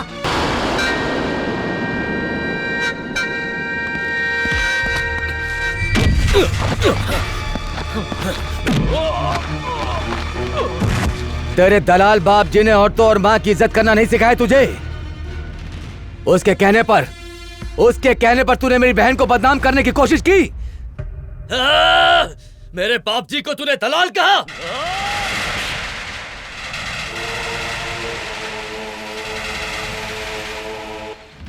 मारना चाहते हो? आओ मारो मुझे। क्या इसके लिए भी तुझे अपने बाप जी से इजाजत लेनी पड़ेगी? मेरे बाप जी के खिलाफ एक शब्द भी कहा ना तो क्या करोगे तुम? मेरा हाथ काटोगे, मेरा सर काटोगे या मुझे इस गांव से धक्के मारकर बाहर निकाल दोगे? करूंगा, जो वो कहेंगे वो करूंगा। अगर उनके लिए अपनी जान भी देनी पड़ी तो दे दूंगा। तेरे बाप जी ने अभी तक तेरे लिए क्या किया? इस गांव के लिए क्या किया है? गांव में बिजली दी है या गांव को पानी दिया है? सड़क बनाई है या कोई साधन दिया है? आज तक कोई स्कूल बनाया है या कोई हॉस्पिटल? क्या किया है तेरे बाप जी ने, बता इस गांव के लिए। अगर मैंने उनसे कहा तो वो करेंगे। गांव के लिए सड़क तो क्या, वो सोने की सड़क बना कर देंगे। फिर बातें करने से नहीं होगा, उसको बोल किस गांव के लिए सड़क बनाए। अगर तेरे बाप जी ने ऐसा कर दिया तो मैं गांव छोड़कर चला जाऊंगा। अगर वो इस गांव में बिजली और पानी लाया तो मैं उसका पुतला बनाकर उसकी पूजा करूंगा। अगर उसने स्कूल और हॉस्पिटल भी बनाया तो इस सैनिक ने अपना एक हाथ खोया है, उसके लिए मैं अपना दूसरा हाथ भी काट के उसे दे दूंगा। ऐसा बोल सकते हो? Come on tell me. होगा, अब ये होकर ही रहेगा। यहाँ स्कूल बनवाकर तेरी बहन से उसका उद्घाटन करवाऊंगा। बाप जी यहाँ पर अस्पताल खोलेंगे और तू अपनी आंखों से देखेगा। पानी बिजली सब होगा, यहाँ तक कि लोगों के लिए सड़क बनेंगे। कल ही बाप जी इन सब के लिए पेपर सैंक्शन करेंगे और मैं उनके सामने तेरा सर काटूंगा। याद रखना, ये इस रवि का वादा है। नमस्ते। हाँ हाँ नमस्ते। नमस्ते भाई। बाप जी देखो, हमारा रवि आ गया है। लगता है रवि ने उस मिलिट्री वाले को और उसकी बहन को धक्के मार के गांव से निकाल दिया। बाप जी नमस्ते। बाप जी क्या हुआ रवि, भगा दिया ना उन लोगों को? नहीं, वो तो खुद ही जाने के लिए तैयार है। मतलब वो गए। बधाई हो, बधाई हो। वो खुद ही गांव छोड़ देंगे, बस उनकी शर्त पूरी हो जाए। क्या मांगा उसने? अपनी बहन के लिए प्रमोशन? नहीं, बस गांव को बदलना चाहते हैं। अगर आप गांव में सड़क बना देते हैं तो वो खुद गांव से चले जाएंगे। अगर आप गांव में बिजली ले आए तो वो आपकी पूजा करेंगे। उसने कहा कि अगर आप ऐसा कर दें तो वो खुद अपना हाथ काट कर देगा। तो तुमने क्या कहा? मैंने भी कह दिया कि मेरे बाप जी के लिए कुछ भी नहीं है। मैं अभी सैंक्शन पेपर तुम्हारे मुंह पर लाके मारता हूँ। इसको तो उनकी कब्र खोदने के लिए भेजा था, इसने तो आप ही की कब्र खोद चुप करो, बाप जी आप मुझे सैंक्शन पेपर दीजिए, मैं उन्हें अभी गांव से निकालता हूँ। वो जवान इस गांव के लिए इतना परेशान क्यों है? मुझे नहीं पता। क्या वो मुझे वोट देते हैं? क्या बिल्कुल वो नहीं। हमारा समर्थक है? हमारी पार्टी से है? नहीं बाप जी, ऐसा बिल्कुल नहीं है। इसका मतलब ये हुआ कि वो जो कुछ भी कर रहा है सीट पाने के लिए कर रहा है। ये सब राजनीति है, समझे तुम उसके चक्कर में मत पड़ो। बाप जी मुझे लगता है वो ये सब सीट के लिए नहीं, गांव के फायदे के लिए कर रहा है। अरे रवि, हाँ। वो ये जो कुछ भी कर रहा है वो विपक्षी पार्टी के कहने पर कर रहा है। इतनी सी बात तुम्हारी समझ में क्यों नहीं आ रही है? वो जो भी है बाप जी, आप बस ये काम कर दीजिए। लेकिन हम वो सब नहीं कर सकते रवि। क्यों बाप जी? तुम ये सब बात भूल जाओ। बाप जी ऐसा मत कहिए बाप जी। बाप जी सुनिए ना, मैंने पूरे गांव के सामने कसम खाई है कि मैं सैंक्शन पेपर उसके मुंह पे मारूंगा। अगर आपने ऐसा नहीं किया तो मेरी क्या इज्जत रह जाएगी? जो भी हो रवि, लेकिन मैं ऐसा नहीं कर सकता। करंट नहीं ला सकता बाप जी, सड़क नहीं बना सकता, हॉस्पिटल नहीं बना सकता। रवि ये सब छोड़कर अगर तुम मुझसे मेरी जान भी मांगेगा तो दे दूंगा। बाप जी बाप जी बाप जी बाप जी बाप जी, बाप जी। ये आप क्या कर रहे हैं बाप जी? अरे नहीं, अरे बाप जी, छोड़ मुझे, बाप जी, मरने दे मुझे, बाप जी, मरने दे बाप जी, मुझे, बाप जी, जाने दे मुझे। बाप जी, छोड़िए। बाप जी। छोड़ मुझे। छोड़िए इसे, ये क्या कर रहे हैं आप? तो और क्या करूं मैं? अरे अभी आप मर जाते हैं अगर रवि तो आपको मरने देना। मैं आज इतना मजबूर हूँ कि रवि के लिए कुछ भी नहीं कर सकता। नहीं बाप जी, आपके बिना तो हम सब अनाथ हो जाएंगे बाप जी। मेरे लिए कितनी शर्म की बात है, मेरे बेटे ने कुछ मांगा और मैं उसे दे भी ना सका। पहली बार रवि ने मुझसे कुछ मांगा था और मैंने उसको मना कर दिया। धिक्कार है मुझ पे। देखो मैं तुम्हारे सामने असहाय खड़ा हूँ। इसने मुझसे पैसा नहीं मांगा, बिजली मांगी है। इसने पूरे गांव के सामने अपने बाप जी के लिए कसम खाई कि मेरे बाप जी वो सब करेंगे जो भी मैं बोलूंगा। अगर मेरा रवि बोले तो सड़क क्या, सोने की सड़क बनवा दूं मैं। अगर उसे पानी चाहिए तो बादलों से बारिश करवा दूं। अगर उसने बिजली मांगी तो पूरे गांव को दिवाली की तरह हर जगह रोशनी से भर दूंगा। लेकिन मैं ऐसा कुछ भी कर नहीं पा रहा हूँ। मुझे जीने का कोई हक नहीं है। मर जाना चाहिए मुझे, मर जाना चाहिए। बाप जी, रघु, हाँ। मुझे एक आइडिया आया है। हम ये घर बेच देते हैं और रवि के गांव की सड़क बनवा देते हैं। लेकिन इतने पैसों में तो सड़क नहीं बन पाएगी। तो क्या मेरी सारी जायदाद को बेचकर तो बन जाएगी सड़क? इससे तो केवल गड्ढे भर पाएंगे। बाप जी क्यों ना हम सरकार से पैसे मांग लें? अगर सरकार ने सुनी होती तो आज मुझे ये दिन न देखना पड़ता। पर सरकार तो हमारी पार्टी की है। हमारी पार्टी की सरकार होने के बावजूद हमें सड़क बनाने का अधिकार नहीं है। लेकिन बाप जी आप तो विधायक हैं। लेकिन एक आदमी इनकी कोई बात नहीं सुनता ना। ये पार्टी में पिछले 25 साल से अपने चप्पल खींच रहे हैं, लेकिन आज तक इन्हें मंत्री बनने का सौभाग्य प्राप्त नहीं हो पाया और इन्हें पार्टी मीटिंग से बाहर कर दिया। कौन था वो? मुख्यमंत्री। मुख्यमंत्री ही तो सबसे बड़ी समस्या है। वो मुझे कुछ भी काम करने नहीं देते। लेकिन ऐसा क्यों? बुरे लोग तो बुरे लोगों को ही पसंद करेंगे, ऐसे लोगों को तो करेंगे नहीं। क्यों ये राक्षस है क्या? चुप हो जाओ तुम। इन सब के लिए तुम इतना परेशान क्यों हो रहे हो रवि? शायद मैंने ही अपनी पार्टी के लिए कुछ नहीं किया होगा। अगर मुख्यमंत्री गलत हैं, तो फिर क्या कर सकते हैं? मुझे देखो, मैं भी तो आज तक रवि के लिए कुछ नहीं कर पाया। सही कहा आपने। आप तब तक कुछ नहीं कर सकते जब तक वो मुख्यमंत्री रहेगा। ऐसे तो मैं कभी कुछ नहीं कर सकता। जब तक उसके पापों का घड़ा भर नहीं जाता वो कभी नहीं मानेगा। वो कोई दूध पीने वाला बच्चा थोड़ी ना है। वो इतनी आसानी से अपनी कुर्सी नहीं छोड़ने वाला। इसका मतलब हम कुछ नहीं कर सकते? मैं तो कहता हूँ कि उसका किडनैप करवाकर उसका इस्तीफा दिलवा दो, फिर रास्ता साहब। उसके बाद मुख्यमंत्री बनकर आप सिर्फ रवि का गांव ही नहीं, पूरे दुनिया की सड़क को वहाँ से यहाँ तक पक्की करवा सकते हैं। सही कहा तुमने। जब तक वो मुख्यमंत्री रहेगा रवि के गांव का कुछ नहीं हो सकता। अगर रवि के गांव में पानी लाना है तो उसे इस्तीफा दिलवाना होगा। लेकिन ये काम करेगा कौन? ये काम मैं करूंगा। हाँ बाप जी, उसे किडनैप करके मैं उससे इस्तीफा दिलवाऊंगा। ये तुम क्या बोल रहे हो रवि? उसको हाथ लगाना तो दूर, तुम उसके घर के आसपास भी नहीं जा सकते। हाँ, मुख्यमंत्री को किडनैप करना कोई बच्चों का खेल नहीं है। ऐसे बैठे रहने से तो अच्छा है कि उसे किडनैप करके उससे इस्तीफा ले लिया जाए। लेकिन वो मुख्यमंत्री है। वो मुख्यमंत्री है तो मैं भी रवि हूँ। रवि, मुझे तुम पर पूरा भरोसा था कि एक दिन तुम जरूर मेरे लिए कोई बड़ा काम करोगे और ये आज सिद्ध हो गया। मुझे तुम पर बहुत गर्व है रवि। तुम सोच भी नहीं सकते कि आज मैं कितनी खुशी महसूस कर रहा हूँ। रवि, अगर देश की रक्षा करनी है तो किसी न किसी को तो खड़ा होना ही पड़ेगा। हाँ।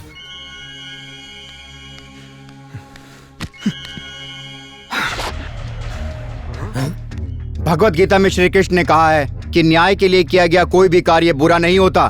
तुम्हारी विजय हो। जाओ बेटे।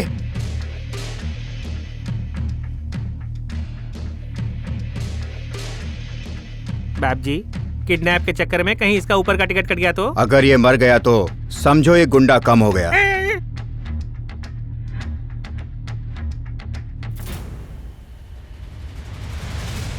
ओम भूर्भुवस्वः तत्सवितुर्वरेण्यं भर्गो देवस्य धीमहि धियो यो न प्रचोदयात्।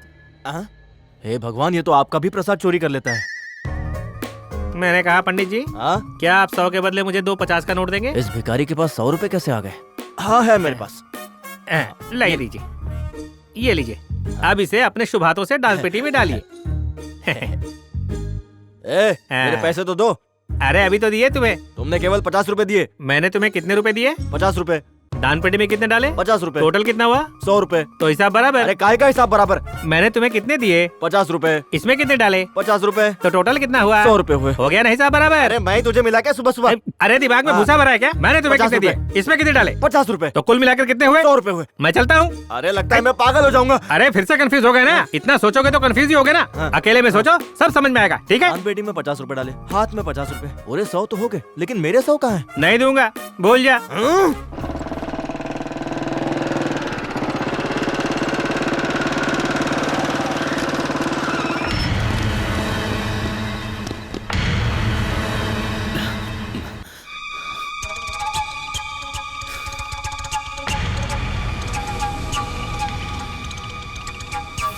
यही है वो।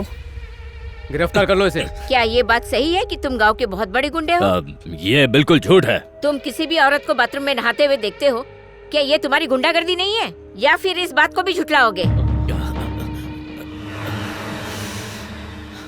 तुम इनके बाथरूम में गए थे, ऐसा केस दर्ज करवाया है। बोलो, गए थे कि नहीं? जी गया था। शर्म नहीं आई? क्या ये लड़की तुम्हारी पत्नी लगती है? ये तुमने खुद किया है या किसी के दबाव में आकर? अपनी मर्जी से किया। ऐसा क्यों किया? वो मैं सबके सामने नहीं बता सकता। जैसे आपकी जज बनने की मर्जी थी, आप जज बन गई। मेरी घुसने की मर्जी थी, मैं घुस गया। सारे गवाहों और सबूतों को मद्देनजर रखते हुए ये अदालत मुजरिम के खिलाफ फैसला लेती है कि एक औरत को उसके इजाजत के बिना उसकी इज्जत के साथ खिलवाड़ करने पर अपराधी को 3 महीने की जेल और 10,000 एक्सक्यूज मी जज साहिबा, इसने मुझे नहाते हुए देखा तो आपने सिर्फ 10,000 का जुर्माना लगा दिया। क्या इससे इंसाफ हो जाएगा? औरत की इज्जत को पैसों से तौलकर उसकी खोई हुई इज्जत को वापस नहीं लाया जा सकता। ये सिर्फ मेरे ही बारे में नहीं है, बल्कि सवाल है देश की सभी महिलाओं का, जिनकी सुरक्षा इस देश के लिए एक सवाल बनती जा रही है। बस स्टॉप हो या बाजार हो, हम लोग अपने आप को कहीं भी सुरक्षित महसूस नहीं करती। अगर कोई लड़की ऑफिस से लेट घर आए तो उसे ही गलत समझा जाता है। अगर मैं बाथरूम में नहा रही हूँ और ये जानबूझ के अंदर घुस जाए तो क्या इसे 3 महीने की सजा देके छोड़ दिया जाएगा? मेरे हिसाब से आपके न्याय का तरीका बिल्कुल सही नहीं है। मुझे ऐसा इंसाफ नहीं चाहिए। अगर कोई चोर चोरी करता है और जब पकड़ा जाता है तो उसे वो सामान लौटाना पड़ता है। जब कोई बच्चा अपना खिलौना टूटने पर रोता है तो उसे चुप कराने के लिए मारा नहीं जाता, बल्कि दूसरा खिलौना दिया जाता है। मैं ये नहीं कह रही हूँ कि मुझे न्याय नहीं चाहिए, लेकिन मुझे मेरी इज्जत वापस चाहिए। ये कैसे मुमकिन है? तुम ही बताओ, तुम क्या चाहती हो?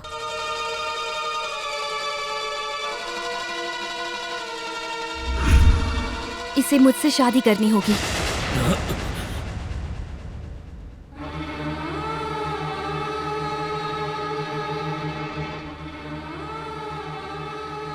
मेरे गले में मंगलसूत्र डालकर अपनी पत्नी बनाना होगा।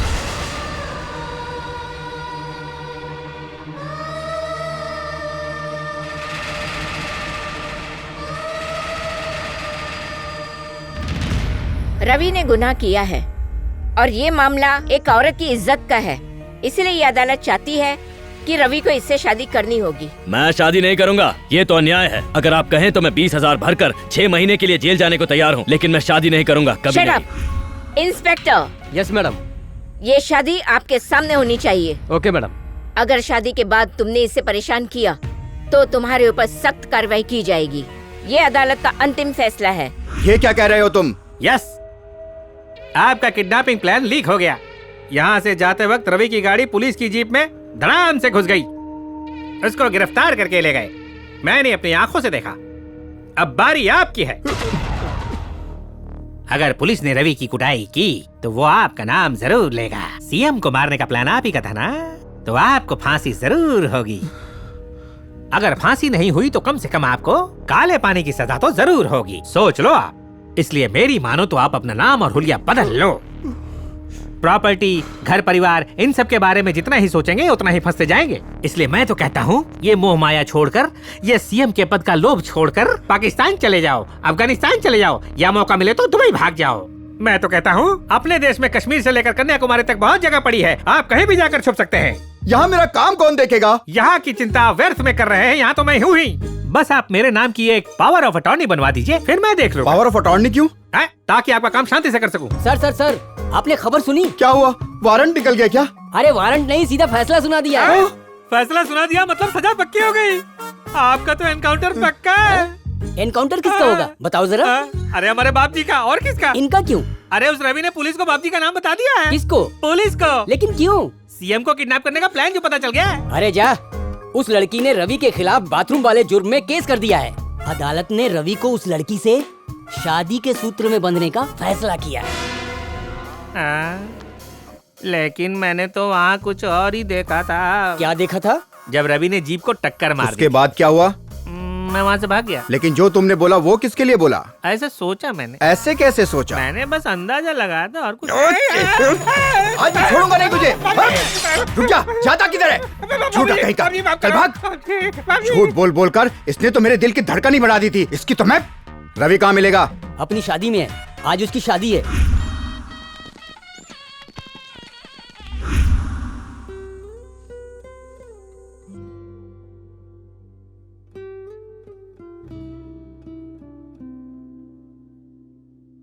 जब तुम टीचर से शादी करोगे तब तुम्हारे सारे पाप धुल जाएंगे। दुनिया तुम्हें कुछ भी कहे लेकिन मुझे किसी की परवाह नहीं। तो तुमने मुझे माफ कर दिया? प्यार किसी से भी हो लेकिन रिश्ता तो ऊपर वाला बनाता है।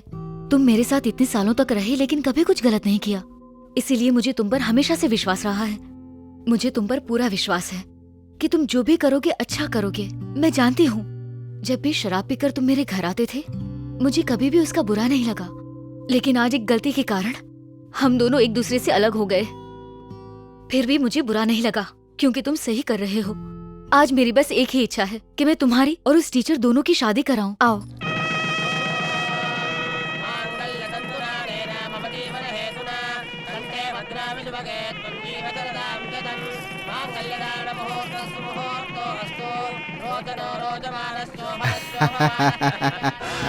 बाप जी,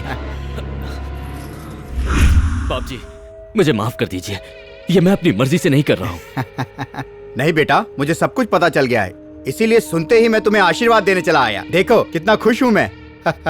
तुम्हारी पसंद मुझे बहुत अच्छी लगी। दो ये लो, ये मेरी तरफ से तुम आशीर्वाद समझ सकते हो, पकड़ो। बाप जी, आओ बाप जी का आशीर्वाद लो। चलो पैर छुओ, पैर छुओ। आशीर्वाद के लिए मेरे भैया भी जिंदा हैं और चाचा जी भी, जिन्होंने हमें रहने के लिए घर दिया था। मैं इस गांव के हर इंसान के पैर छूंगी, लेकिन इनके पैर कभी भी नहीं छूंगी। क्या है, क्यों चिल्ला रहे हो? शादी से पहले ये तुम्हारी बहन थी, अब मेरी पत्नी है। मैं इसे मारूं या चिल्लाऊं, कुछ भी करूं। तू इसे मारेगा? हिम्मत है तो हाथ लगाकर दिखा। तुम तो चुप रहो। तुम्हारे कहने पर इसने कोर्ट में जाकर मुझ पर केस किया, जिसकी वजह से मुझे शादी करनी पड़ी। शादी से अच्छा तो मैं जेल में चला जाता। जेल जाने की क्या जरूरत है बेटा? शादी हो जाने के बाद पत्नी ही तुम्हारी पहली जिम्मेदारी है। अगर तुम्हारी पत्नी कभी तुमसे कहे आज के बाद तुम बाप जी से मिलने कभी नहीं जाओगे, तो सुनो, उसकी बात मत टालना। बाप जी, आप ऐसा क्यों कह रहे हैं? मैं हमेशा से आपके साथ था और मरते दम तक आपके साथ ही रहूंगा। मतलब तुम अपनी पत्नी से ज्यादा मुझे पसंद करते हो? हाँ बिल्कुल बाप जी। आज तुम्हें ये बताना ही होगा कि तुम मुझे कितना पसंद करते हो। अपनी जान से भी ज्यादा। तुम्हारी जिंदगी में मेरे लिए क्या अहमियत है ये बताओ। आप ही मेरे सब कुछ हैं। अगर मैं कहूँगा पत्नी को छोड़ दो तो छोड़ दोगे? आप आज्ञा दीजिए बाप जी। अगर ऐसी बात है तो चलो मेरे साथ।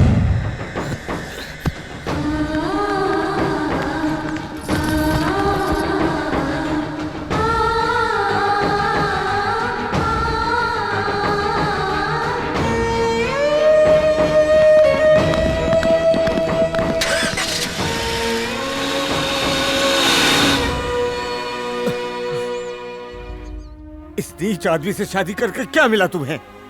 एक अंधे आदमी को भी केवल लाठी की जरूरत होती है बेटी, लेकिन ये तो अंधे से भी गया गुजरा है। मुझे तुम्हारी चिंता है केवल, इसीलिए तुम्हें समझा रहा हूँ बेटी। मेरी बात मानो तो उस लड़के को हमेशा के लिए भूल जाओ। अभी तुम्हारे आगे पूरी जिंदगी पड़ी है, आने वाले भविष्य के बारे में सोचो। इस नीच आदमी से शादी का फैसला तुमने किया था ना, अपनी बर्बादी का कारण तुम खुद ही हो। ऐसा नहीं है, मुझे तो गर्व है, लेकिन अगर इसकी शादी मेरे अलावा किसी और से हो जाती तो मुझे लोगों की बातें सुननी पड़ती और सब लोग गांव में यही बात बोलते कि वो देखो कैसी बेशर्म औरत जा रही है। वो मुझे गलत समझते, मेरा मजाक उड़ाते। रवि से शादी करके मैंने अपनी इज्जत बचाई है। अब मैं गर्व से जी सकती हूँ, सर उठा के जी सकती हूँ। और कोई ये नहीं कहेगा कि मैं गलत हूँ। वो गुंडा है तो क्या हुआ, मुझे कोई फर्क नहीं पड़ता। टीचर हूँ, सुधारना जानती हूँ। एक औरत की यही इच्छा होती है कि उसका पति उससे प्यार करे, आंख बंद करके भरोसा करे। अगर मैं कोशिश करूँ तो रवि मुझसे जरूर प्यार करेगा, मुझे विश्वास है। अरे इन दोनों की शादी तो हो गई है, लेकिन इनका मेल कैसे होगा? रवि तो सिर्फ मारपीट करता है और ये सीधी सी मास्टरनी, ये अब उस रवि को कैसे प्यार सिखाएगी यार? लेकिन रवि तो बाप जी की सुनता है। अब ये दोनों क्या करेंगे? दोनों मिलकर एक साथ गाना गाएंगे।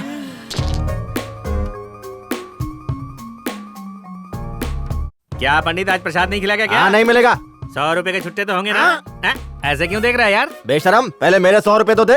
बहुत चालाक हो गए तुम। इस दुनिया में किसी पे भरोसा नहीं करना चाहिए। ये लो 100 रुपए। पहले बेवकूफ बन गया था, इस बार बेवकूफ नहीं बनूंगा। इस बार मैं ऐसे बनाऊंगा। ठीक है। अरे पंडित, मेरे 100 रुपए दे दो। अभी तो दिए। कितने दिए? 50-50 के नोट दिए। लेकिन मैंने तो तुम्हें 100 रुपए दिए ना। तुमने वहाँ कितने रखे? 100 रुपए।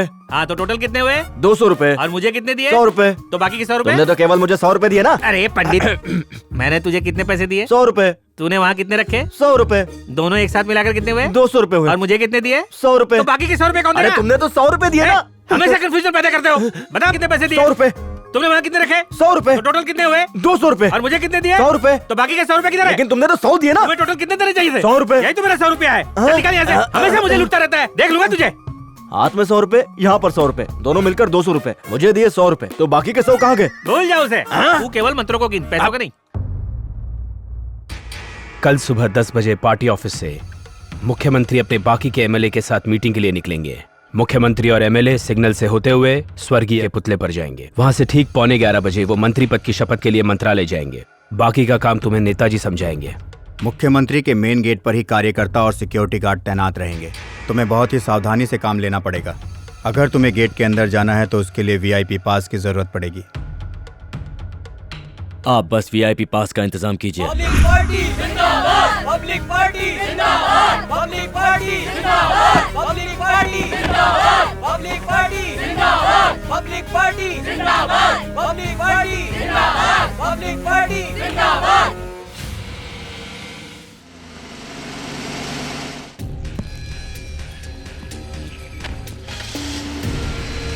पास प्लीज। ओके, पास। दयाल प्रताप सिंह यानी मैं, दयाल प्रताप सिंह यानी मैं, भारत के संविधान को साक्षी मानकर। ए मिस्टर, रुकिए। रुकिए। ओके।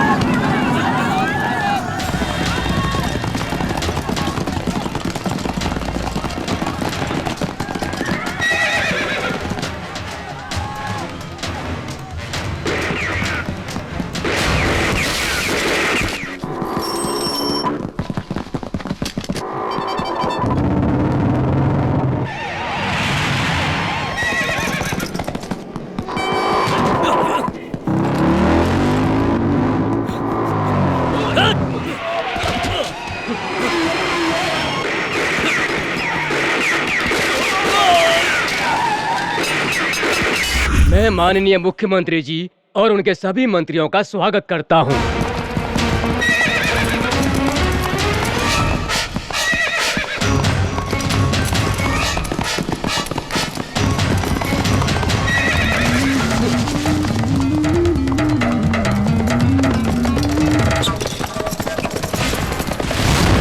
मैं इस देश के संविधान के प्रति सच्ची निष्ठा रखते हुए राज्यों के विकास के लिए कार्य करूंगा।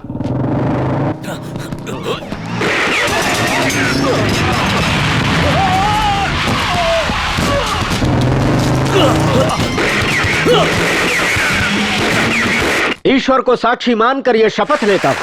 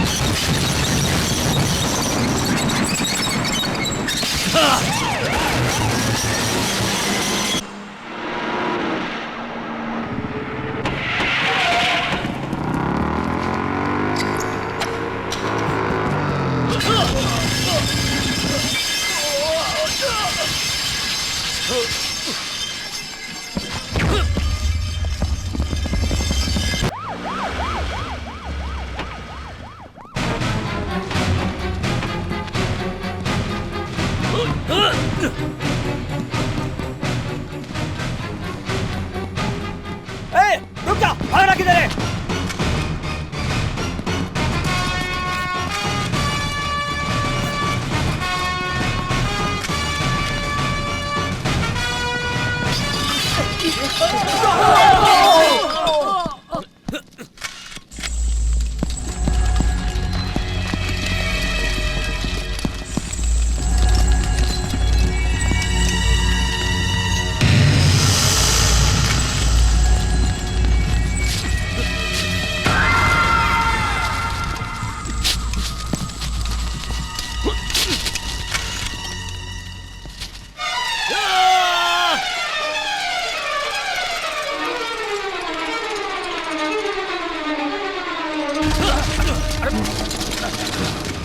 क्या कर रहे हो तुम?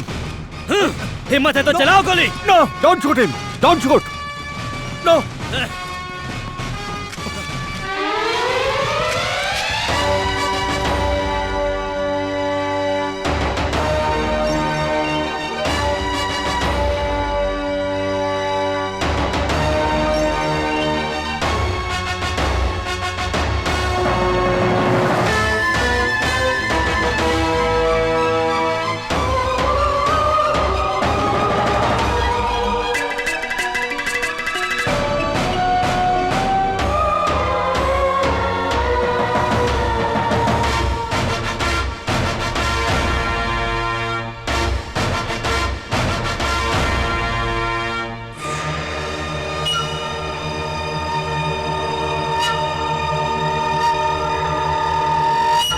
मैं आपका नेता बाबूराव महेश्वर उर्फ बाप जी प्रदेश के मुख्यमंत्री के रूप में सच्ची निष्ठा और ईमानदारी से प्रदेश की सेवा करूंगा। मैं जो कुछ भी करूंगा अपने हित के लिए नहीं करूंगा, बल्कि इस प्रदेश और प्रदेश की जनता के लिए करूंगा। आप लोगों की भलाई के लिए पूरी ईमानदारी से काम करूंगा। मेरा सपना पूरा हो गया, पूरा हो गया। बचपन से मैंने सिर्फ एक ही सपना देखा था कि मैं मुख्यमंत्री बनूं। आज पूरा हो गया। राज्यपाल से हाथ मिलाया? हाथ ही नहीं मिलाया, बल्कि फोटो भी खिंचवाई। शपथ पत्र पर साइन किए, ये भी जरूरी होता है, नहीं तो सपने में भी सब लोग आपकी इज्जत का कचरा बना देंगे। शपथ पत्र पर इतना बड़ा साइन करके आया हूँ कि वो कभी मिटा ही नहीं पाएंगे। आपके मंत्रालय में कितने नए और कितने पुराने चेहरे दिखे? पुराने चेहरे? छी, पुराने चेहरों को तो मैं अपने मंत्रिमंडल में देखना भी नहीं चाहता। सभी के सभी नए चेहरे होंगे। जितने भी मंत्री होंगे सब मेरे ही आदमी होंगे। पुराने मुख्यमंत्री के साथ सबको निकाल दूंगा, तभी मैं चैन की नींद सोऊंगा। मेरी पार्टी के मंत्रिमंडल में सिर्फ मेरी ही जाति के लोग और मेरे ही रिश्तेदार होंगे। और हमारा क्या होगा? तुम्हारा मतलब? मंत्री के लिए। तुम तो अपने हो, तुम क्यों चिंता कर रहे हो? जाओ मजे लो। और हमारा? तुम्हें क्या चाहिए? मालिक।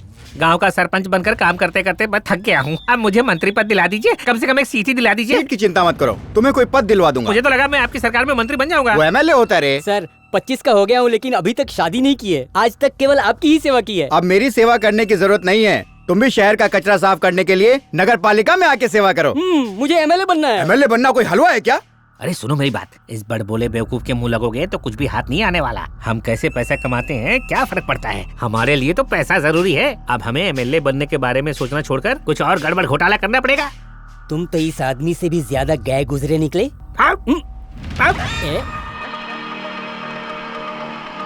चुप।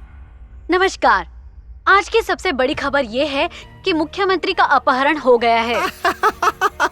अब क्या होगा? ये अपहरण आज सवेरे ही हुआ अरे रे रे रे रे। शपथ ग्रहण समारोह के बाद किसी अज्ञात व्यक्ति ने उनका अपहरण किया है। हमारे सूत्रों के अनुसार क्या गजब का काम किया है रवि ने। तू मेरा ही बेटा है। मैंने पहले ही बोला था रवि मुख्यमंत्री को जरूर किडनैप कर लेगा। भगवान ने रवि को दुनिया में मेरे लिए ही भेजा है। अब मुझे मुख्यमंत्री बनने से कोई नहीं रोक सकता। कि ये जरूर किसी की सोची समझी चाल है। ये क्या अनाप शनाप कुछ भी बोले जा रही है? मैं हूँ उसका दुश्मन, तुम लोग जानते हो। मैं इस पार्टी का सबसे पुराना नेता हूँ, फिर भी मेरे सामने उसने दूसरों को सीट दे दी। सड़क से उठाकर किसी को भी नेता बना देता है। अपहरण होने के बाद से प्रदेश में जगह जगह दंगे फसाद हो रहे हैं। इससे जनता में डर का माहौल बना हुआ है। अभी के लिए बस इतना ही। आगे की जानकारी के ये कोई भी नहीं जानता कि वो किसका आदमी है, कोई ये भी नहीं जानता कि वो किसके लिए काम करता है। अरे वो तो मेरा ही आदमी है। उसे आप जानते हैं? बताइए सर, कौन है वो? क्या आप उस किडनैपर को जानते हैं? हाँ, मैं आप सबके सामने कह रहा हूँ कि मैं उस आदमी को जानता हूँ। हाँ? अब ये नहीं पूछोगे कि कैसे जानता हूँ। मैं उसे वैसे ही जानता हूँ जैसे कि दो पड़ोसी एक दूसरे को जानते हैं। ठीक उसी प्रकार जैसे एक आम आदमी अपने विधायक के बारे में जानता है। उसने कई बार मुझे भी फोन करके धमकियां दी और बोला कि मुख्यमंत्री अपने बारे में ज्यादा और प्रदेश के बारे में कम सोचता है। इसीलिए मैंने उसको अपने पास बुलाया और कहा कानून को हाथ में मत लो। मैंने मुख्यमंत्री जी को भी अपनी तरफ से समझाने की पूरी कोशिश की थी, लेकिन उन्होंने मेरी एक बात भी नहीं सुनी। क्या आप उसे अच्छी तरह से जानते हैं? उसका गाँव मेरे ही जिले में आता है, मेरे पास के ही गाँव में रहता है वो। उसका नाम सर? उसका नाम रविंद्र है। वो तो पहले से ही आतंकवादियों के साथ काम करता था। रविंद्र उर्फ संतोष उर्फ संपत उर्फ रहीम, यहाँ तक कि आतंकवादियों से भी उसका गहरा संबंध है। आप उसके बारे में और क्या क्या जानते हैं? बहुत कुछ जानता हूँ। उसकी जो पत्नी है वो भी मिली हुई है। वो दिन में स्कूल चलाती है और रात में बंदूक चलाना सिखाती है। दोपहर में बच्चों के साथ खाना खाती है और रात में आतंकवादियों के साथ। वो केवल बच्चों को कविता ही नहीं पढ़ा रही है, बल्कि उन बच्चों को साथ में आतंकवादी बनने की ट्रेनिंग भी दे रही है। उसके और भी बहुत नाम है। शिरीषा उर्फ कांता देवी उर्फ भावना देवी उर्फ देवी देवी देवी। वो तो उनके ग्रुप का मुख्य नेता है। उसका एक भाई भी है जो अपने को मिलिट्री का आदमी बोलता है। उसने अपने हाथ कारगिल के युद्ध में खोए हैं। पता नहीं वो सच बोल रहा है या झूठ बोल रहा है। उसका भी गांव में बड़ा खौफ है। उसका नाम भी चौहान है, विजय दीनानाथ उर्फ कांचा चीना। वे दोनों अभी गांव में ही हैं। अगर आपको उनका पता चाहिए तो मैं अभी का अभी दे सकता हूँ।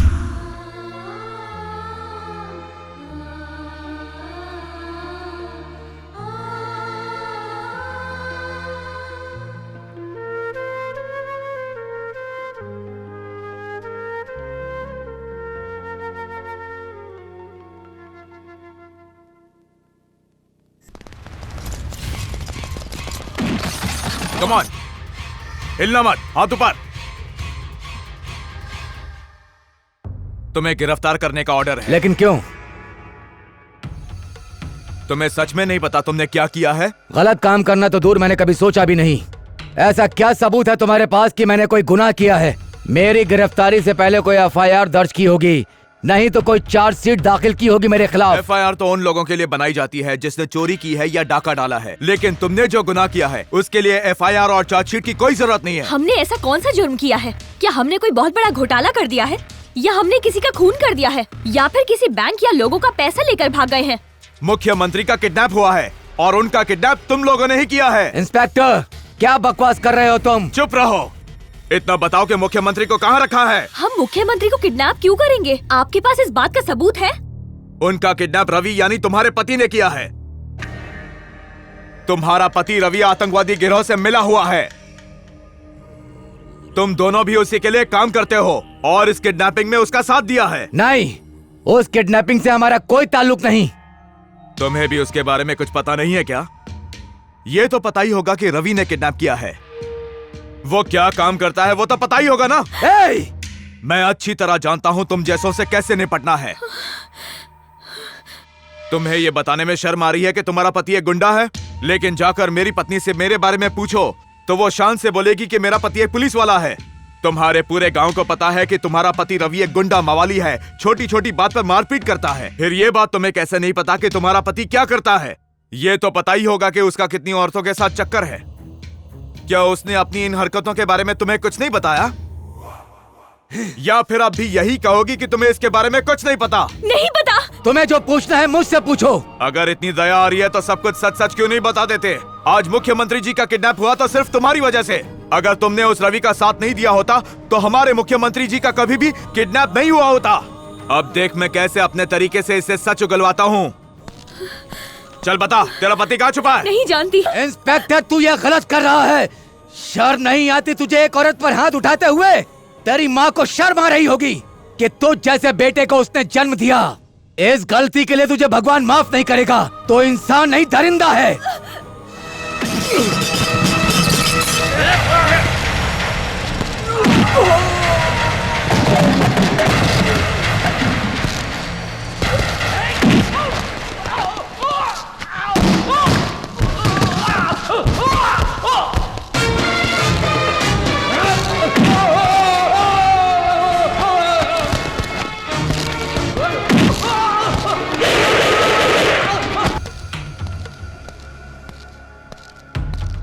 पुलिस पे हाथ उठाता है मतलब तो सच में आतंकवादी है। ये हाथ कारगिल में नहीं कटा है, बल्कि देश की इंफॉर्मेशन दुश्मनों को देने के लिए आर्मी वालों ने ही तुझे सबक सिखाने के लिए हाथ काट दिया होगा। आवाज नीचे। तेरे जैसे लोगों को मैं ही सबक सिखाऊंगा। किस संगठन से हो तुम? इस संगठन से हूँ, ये जानना तेरे लिए जरूरी नहीं। तो फिर मुझसे क्या चाहते हो ये बताओ। मैं बस चाहता हूँ कि तू इस पर साइन कर दे। इस पर लिखो कि तुम सीएम पद से इस्तीफा दे रहे हो। क्या बकवास कर रहे हो तुम? मैं क्यों इस्तीफा दूं? और किस लिए? मेरे लिए इस्तीफा दो, क्योंकि ना तुमने मेरे गांव में पानी दिया ना बिजली। तुम्हारी वजह से मेरे गांव में आज तक सड़क नहीं बनी। और मैं जानता हूँ तुमने ये सब क्यों किया, क्योंकि तुम्हें मेरे बाप जी से नफरत है। बाप जी कोई गुंडा है? जबान संभाल। मेरे बाप जी के खिलाफ एक शब्द कहा तो छोड़ूंगा नहीं। वो तुम्हारी पार्टी में विधायक है और तुम जानते नहीं। मेरे बाप जी की इतनी कोशिशों के बावजूद भी तुमने हमारे गांव के लिए एक पैसा नहीं दिया। ऐसा तुमसे किसने कहा? मेरे बाप जी ने। इसका मतलब उसी ने मेरा किडनैप करवाया? उन्होंने कुछ नहीं किया, तुम बस साइन करो। बेवकूफ, तुम्हारा बाप जी एक बुरा आदमी है। विकास के नाम पर वो लोगों का करोड़ों रुपया खा चुका है। बहुत हुआ। एक और शब्द कहा तो मैं तुम्हें काट कर रख दूंगा। मेरे बाप जी मेरे लिए सब कुछ है। मुझ पर विश्वास नहीं तो पूरे गांव से पूछो, वो भी तुमसे यही कहेंगे। उसकी बातों ने तुम्हारी आंखों पर पट्टी बांध दी है। कौन सी बात सही है और कौन सी बात गलत है उसमें फर्क नहीं कर पा रहे हो। लेकिन तुम तो अपराधी हो, तुम क्या समझोगे मेरी बात? हमारे मंत्रिमंडल में जितने भी अपराधी मेंबर्स के रिकॉर्ड्स थे उन्हें मैंने उजागर किया है। उस बाबूराव का साथ छोड़ दो, उसने कभी कोई अच्छा काम नहीं किया। वो तुम्हें भी बर्बाद कर देगा। मुझे तुम्हारी बकवास सुनने में कोई दिलचस्पी नहीं है। चुपचाप साइन करो, वरना अगर मैं इस पर साइन कर दूं तो क्या गारंटी है कि वो तुम्हारा काम कर देंगे? गारंटी है कि वो करेंगे। मेरे गांव को स्वर्ग बना देंगे।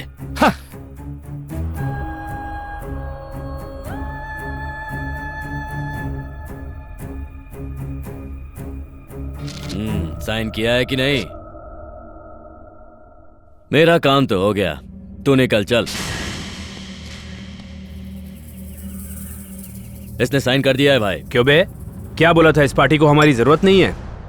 हमें इस पार्टी में आने के लिए तूने मना किया था ना बुड्ढे। आज से ये पार्टी भी हमारी है और सरकार भी हमारी। पार्टी में नहीं हो लेकिन तुम्हारी फोटो जरूर लगेगी, और फोटो के लिए तुम्हें ऊपर पहुंचाना बहुत जरूरी है। अरे ये तुम क्या कर रहे हो? इन्होंने साइन कर दिया है। साइन करने के बाद इस दुनिया में उसका कोई काम नहीं है। बाप जी ने सिर्फ इनका इस्तीफा मांगा था, इनकी जान नहीं। केवल इसके इस्तीफे से बाप जी सीएम नहीं बनेंगे, उसके लिए इसको मरना पड़ेगा। इसको मारने का ऑर्डर बाप जी ने दिया है। बाप जी ने कहा? हाँ तेरे बाप जी ने, हमने नहीं। ये प्लान उन्हीं का था। ये पढ़।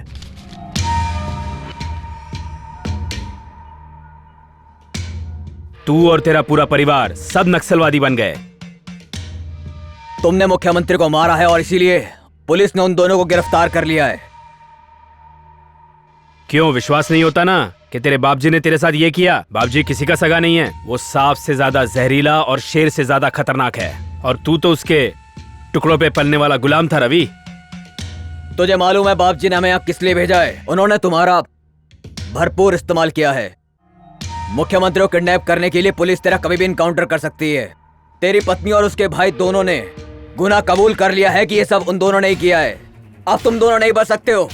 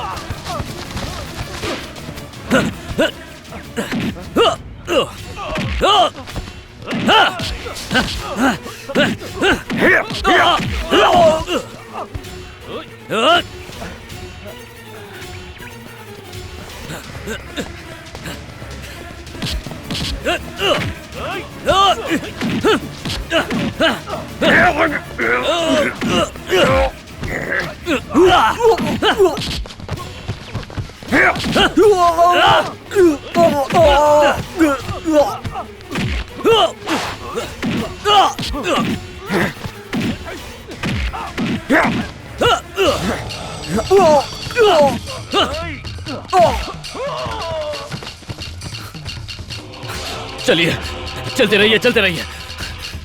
हाँ, संभल कर।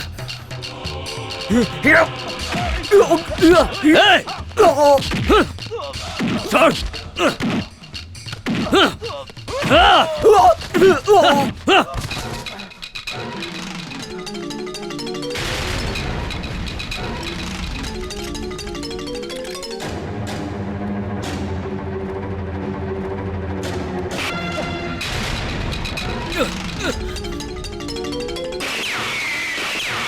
चलिए, वहां चलिए।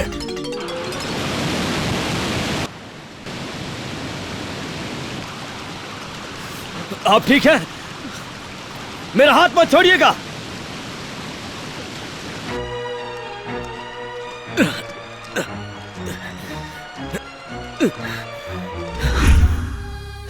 उठिए, आंखें खोलिए। सुनिए मंत्री जी, मुझसे गलती हो गई। मैं आपको गलत समझ बैठा। मैंने बाप जी पर विश्वास किया और उसने मेरे साथ विश्वासघात किया। वो इतना बड़ा राक्षस है, मैं नहीं जानता था वो मेरे साथ ऐसा करेगा। मैं सोच नहीं सकता था। इतने सालों तक मैं उसका सारा गलत काम करता रहा, लेकिन आज मुझे समझ आया मेरा बाप जी वैसा नहीं है जैसा मैंने सोचा था। मंत्री जी, नहीं, आपको कुछ नहीं होगा। मैं हूं ना यहाँ आपके साथ। ये जो कुछ भी हुआ है मेरी वजह से हुआ है और इस गलती को भी मैं ही सुधारूंगा। हमारे लोगों को आपकी जरूरत है मंत्री जी। आपको उनके लिए जीना ही होगा। आपको कुछ नहीं हो सकता, कुछ नहीं होगा आपको। मैं आपको बचाऊंगा। अभी अभी खबर मिली है कि अपहरणकर्ता रवि ने मुख्यमंत्री की गोली मारकर हत्या कर दी है। 2 सामाजिक कार्यकर्ता रवि से बात करने के लिए उनके पास भी गए थे, लेकिन उनकी बात सुने बिना मुख्यमंत्री की लाश को लेकर वो फरार हो गया। अभी तक ये साफ नहीं हो पाया है कि उसने आखिर मुख्यमंत्री की हत्या क्यों की। ये सब झूठ है। अपहरणकर्ता ये सब बिल्कुल झूठ है। भी हमारे पास आ गई है। पुलिस ने ये फोटो हर चौराहे पे लगा दी है। जिस व्यक्ति को भी तुम वो आतंकवादी हो ना? मैं आतंकवादी नहीं हूँ डॉक्टर, मुझे आपकी मदद चाहिए। मुख्यमंत्री जिंदा है। क्या? मैं सच कह रहा हूँ सर, उन्हें गोली लगी है, उनकी जान खतरे में है। मेरे साथ चलिए, अगर आप मेरे साथ चलेंगे तो वो बच जाएंगे। प्लीज डॉक्टर चलिए। डॉक्टर हमारे पास ज्यादा वक्त नहीं है, प्लीज जल्दी चलिए। चलिए। अभी कहाँ है वो? मैं आपको लेके चलता हूँ, आइए। ओके, तुम यहीं रुको, मैं अंदर से बैग लेके। ठीक है डॉक्टर।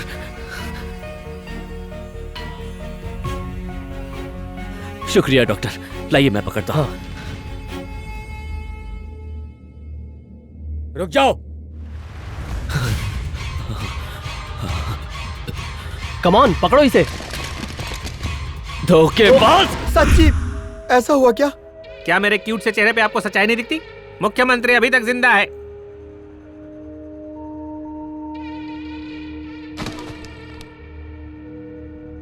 विश्वास नहीं होता तो इनके चेहरे देखो।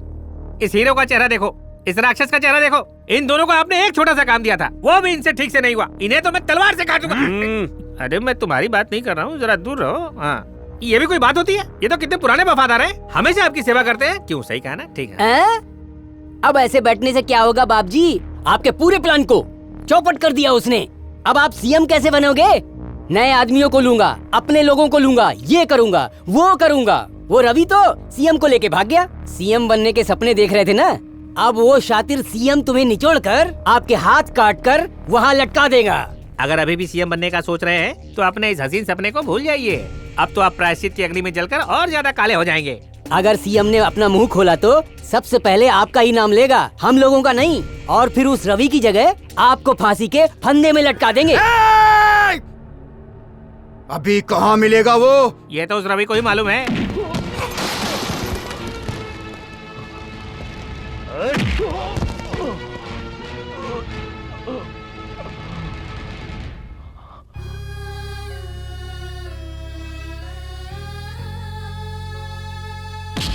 ए, मुख्यमंत्री कहाँ है? चल बता। देखिए, मैं आतंकवादी नहीं हूँ, मैंने मुख्यमंत्री को नहीं मारा। तो फिर मुख्यमंत्री का किडनैप क्यों किया? मैंने उन्हें किडनैप किया था, लेकिन मैंने मारा नहीं। मुझसे झूठ बोलेगा? चल बता।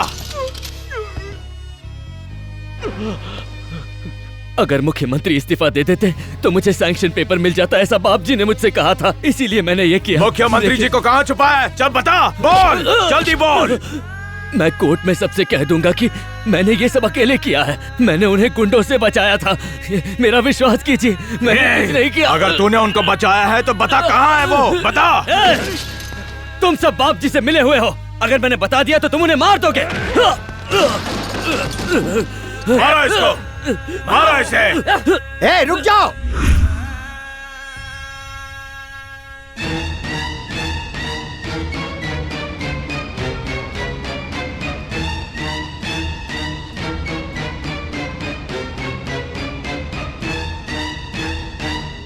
Good morning sir. उसे मारने की हिम्मत कैसे हुई? ये मेरा बेटा है, ये सोचकर मैंने बेटा पैदा नहीं किया और तुम लोग इसे मार रहे हो। एक बात सुन लो, मैंने अगर तुम्हारा ट्रांसफर जंगल में ना करा दिया ना तो मैं अपने को रवि का बाप नहीं कहूंगा। निकलो यहाँ से, निकलो।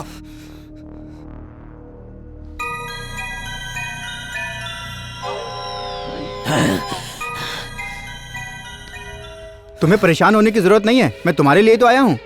मैं मीडिया में जाकर बोल दूंगा तुमने कुछ भी नहीं किया, तुम बिल्कुल बेकसूर हो। हाँ, अरे रे रे रे, इन लोगों ने मेरे बेटे को मार के क्या हाल बना दिया। इनकी तुम्हें मुख्यमंत्री को कहाँ छिपाया है? बताओ ना बेटा, कहाँ छिपाया है उसे?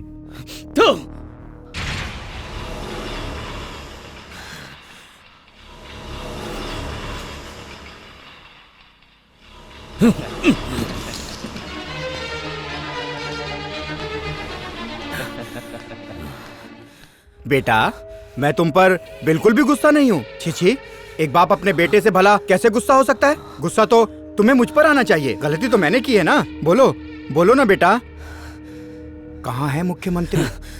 अगर मैंने तुझे बता दिया तो तू उन्हें मार देगा, है ना? बिल्कुल सही कहा तुमने। मेरे मरने के बाद सब तेरा ही तो है। मेरे रिटायरमेंट के बाद तू ही अगला मुख्यमंत्री बनेगा।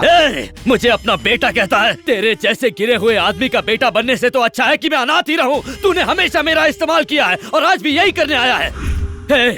तू तो इंसान के भेष में राक्षस है। मैंने आंख बंद करके तुझ पर भरोसा किया और तूने उस मुख्यमंत्री को मारकर अपने इस बेटे को आतंकवादी घोषित करने का प्लान बनाया। मैंने सोचा तुम गांव का भला करोगे, लेकिन तुम तो धोखेबाज निकले। गांव की गली गली में घूमकर गलत तरीके से वोट इकट्ठा करके मैंने तुम्हें हर बार इलेक्शन जितवाया, लेकिन तूने उस कुर्सी पर बैठकर भला करना तो दूर, न जाने कितने लोगों के परिवार उजाड़ दिए। मैंने तुझे हमेशा अपनी माँ से, अपने बाप से, भगवान से बढ़कर समझा, लेकिन तू इन रिश्तों के लायक ही नहीं। हम जैसे गरीबों का फायदा उठाने वाले तुम जैसे गद्दारों को मैं नहीं छोड़ूंगा, मार डालूंगा। तुम जैसे मंत्रियों की वजह से हमारा देश आगे नहीं बढ़ पा रहा है। मंत्री जी जिंदाबाद, मंत्री जी जिंदाबाद। 2 मिनट लगेंगे तेरा सर धड़ से अलग करने के लिए। इस देश को बचाने के लिए तुझे मरना होगा, हमें इस गंदगी को हटाना होगा। मेरा भारत महान बस कहने से नहीं होगा, तो जैसे देशद्रोहियों को मारने से होगा।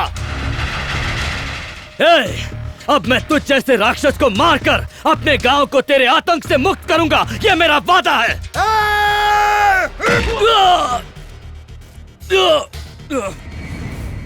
पूरी जिंदगी तू मेरे ही टुकड़ों पर पलता रहा और आज तू मुझे ही धमकी दे रहा है। नहीं छोड़ूंगा तुझे, जान से मार दूंगा। जल्दी बता, कहाँ है मुख्यमंत्री?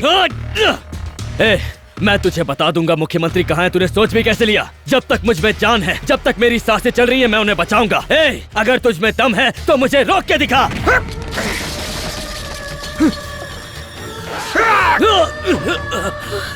मारना, मार मुझे, अगर अपने पापों का प्रायश्चित मुझे खून बहाकर करना पड़े तो यही सही।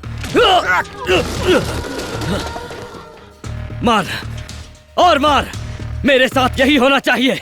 तो जैसे राक्षस का साथ देने की यही सजा मिलनी चाहिए। मार मार। मैं इसे गोली मार दूंगा। अब बता कहाँ है वो, बोल। गोली मारेगा तो चला चला गोली। मुख्यमंत्री को कहाँ छुपाया है? नहीं बताऊंगा। बताएगा कि नहीं? बोला ना, नहीं बताऊंगा।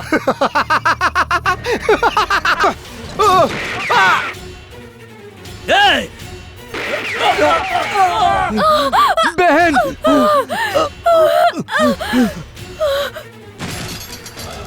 तुमने ऐसा क्यों किया?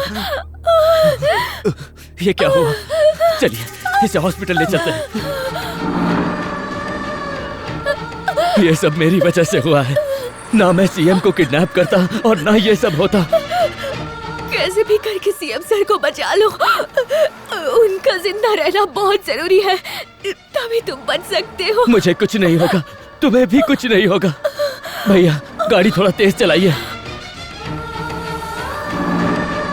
तुम मेरी परवाह मत करो, तुम सबसे पहले जाके सीएम सर को बचाओ, क्योंकि बाप जी उन्हें मारने की सोच रहा है। उससे पहले तुम्हें उन्हें जाके बचाना होगा। तुम उनके बारे में मत सोचो, उन्हें कुछ नहीं होगा, लेकिन पहले तुम्हें हॉस्पिटल ले जाना है। मेरी बात को समझो, तुम्हारे पास इतना समय नहीं है। जब मेरे भैया लड़ाई के लिए सरहद पर गए थे, तब मुझे विश्वास था कि वो अपनी जान की परवाह किए बिना वो अपने देश की रक्षा जरूर करेंगे।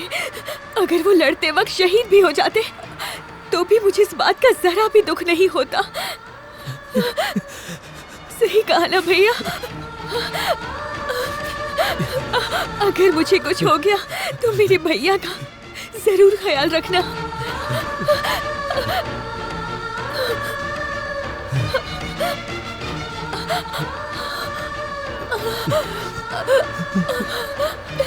मेरे भैया एक सच्चे देशभक्त हैं।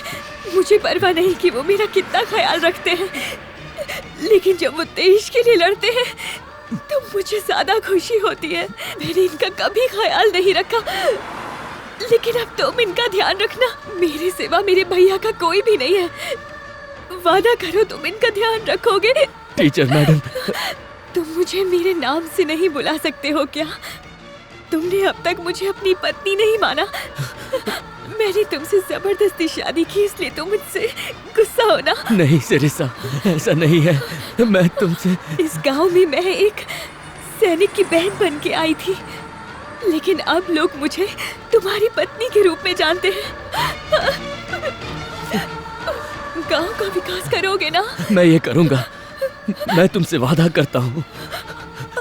तुम्हें कुछ नहीं होगा, कुछ नहीं होगा।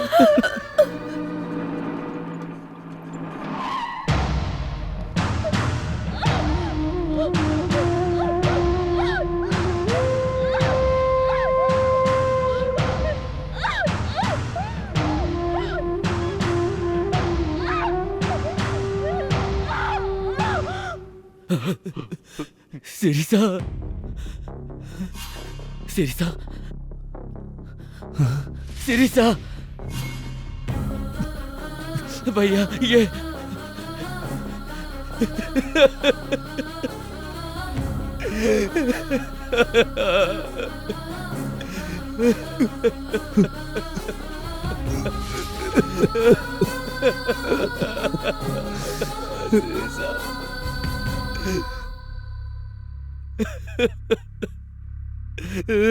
ए मिस्टर, सीएम को कहाँ छुपाया है? हे, बोलो, मैं तुमसे कुछ पूछ रहा हूँ।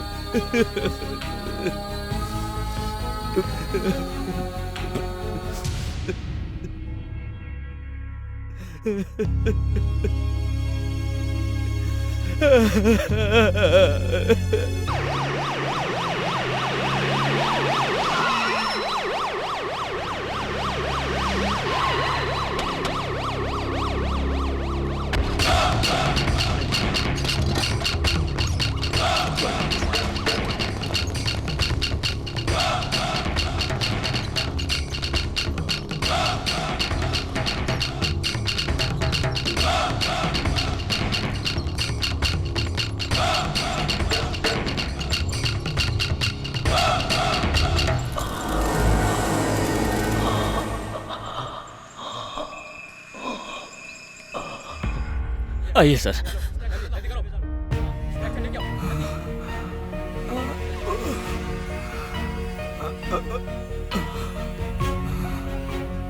भाई जल्दी से ऑक्सीजन दो इन्हें।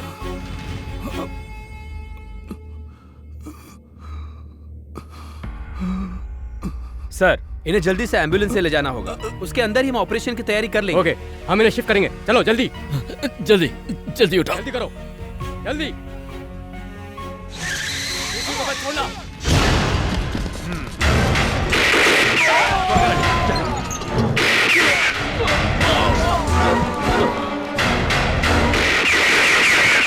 उन्हें लेकर जाओ।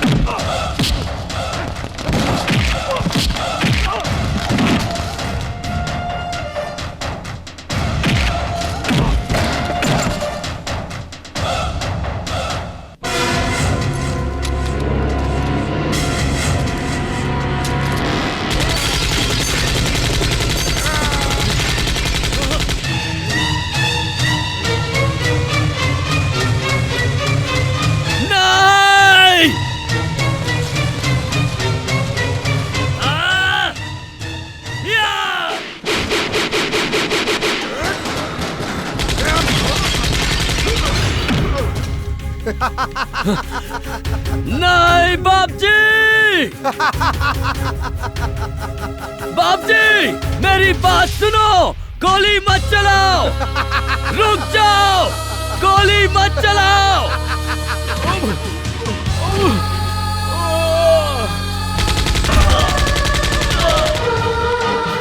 डॉक्टर, आप मेरी चिंता मत कीजिए, सीएम को बचाने की कोशिश कीजिए।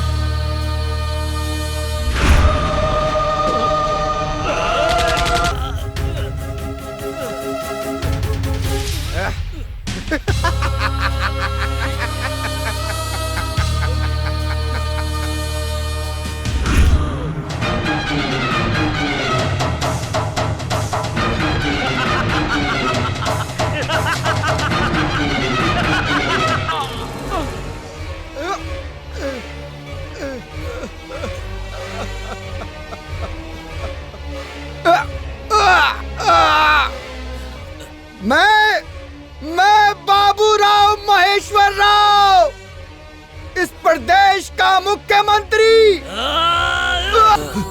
रवि,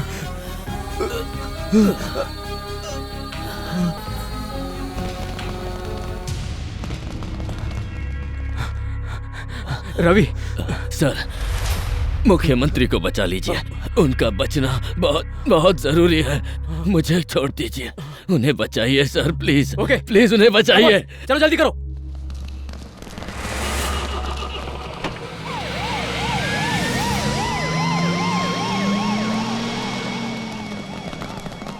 भैया, मुख्यमंत्री बच जाएंगे ना? वो बहुत अच्छे हैं, उन्हें बचना ही होगा। भैया, मुझसे गलती हो गई, मैंने उनका अपहरण किया, लेकिन आज उन्हें बचाकर मैंने अपनी गलती सुधार ली। भैया, मैंने गलती सुधार ली।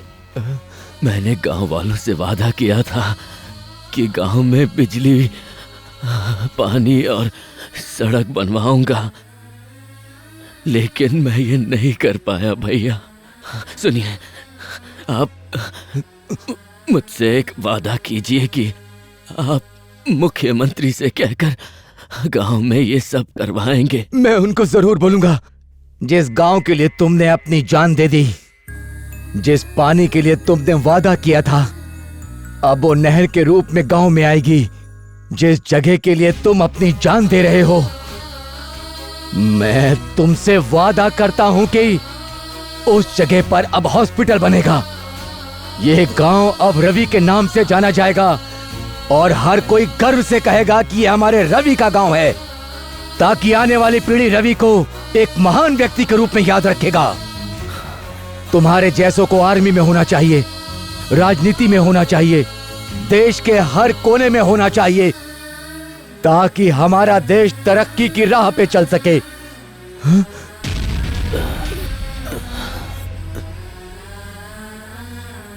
रवि, रवि, इस देश के वीर सैनिकों की तरह जो बॉर्डर पर अपने देश की रक्षा के लिए अपनी जान देते हैं, ठीक उसी तरह रवि ने भी अपने गांव के लिए अपना बलिदान दे दिया। मुख्यमंत्री ने जातिवाद खत्म कर सच्चे उम्मीदवारों को मंत्री पद के लिए चुना और उन्हें हिदायत दी कि वो जनता के बीच जाएं, उनकी समस्याओं को सुने और उन्हें दूर करें, ताकि वो भी रवि की तरह देश की तरक्की के बारे में सोचें और उसे दूर करें। किसी पार्टी का झंडा केवल पार्टी के लिए होता है। अगर देश की तरक्की चाहते हैं तो सभी लोगों को एक साथ मिलकर काम करना होगा, तभी इस देश की तरक्की होगी और देश का विकास होगा।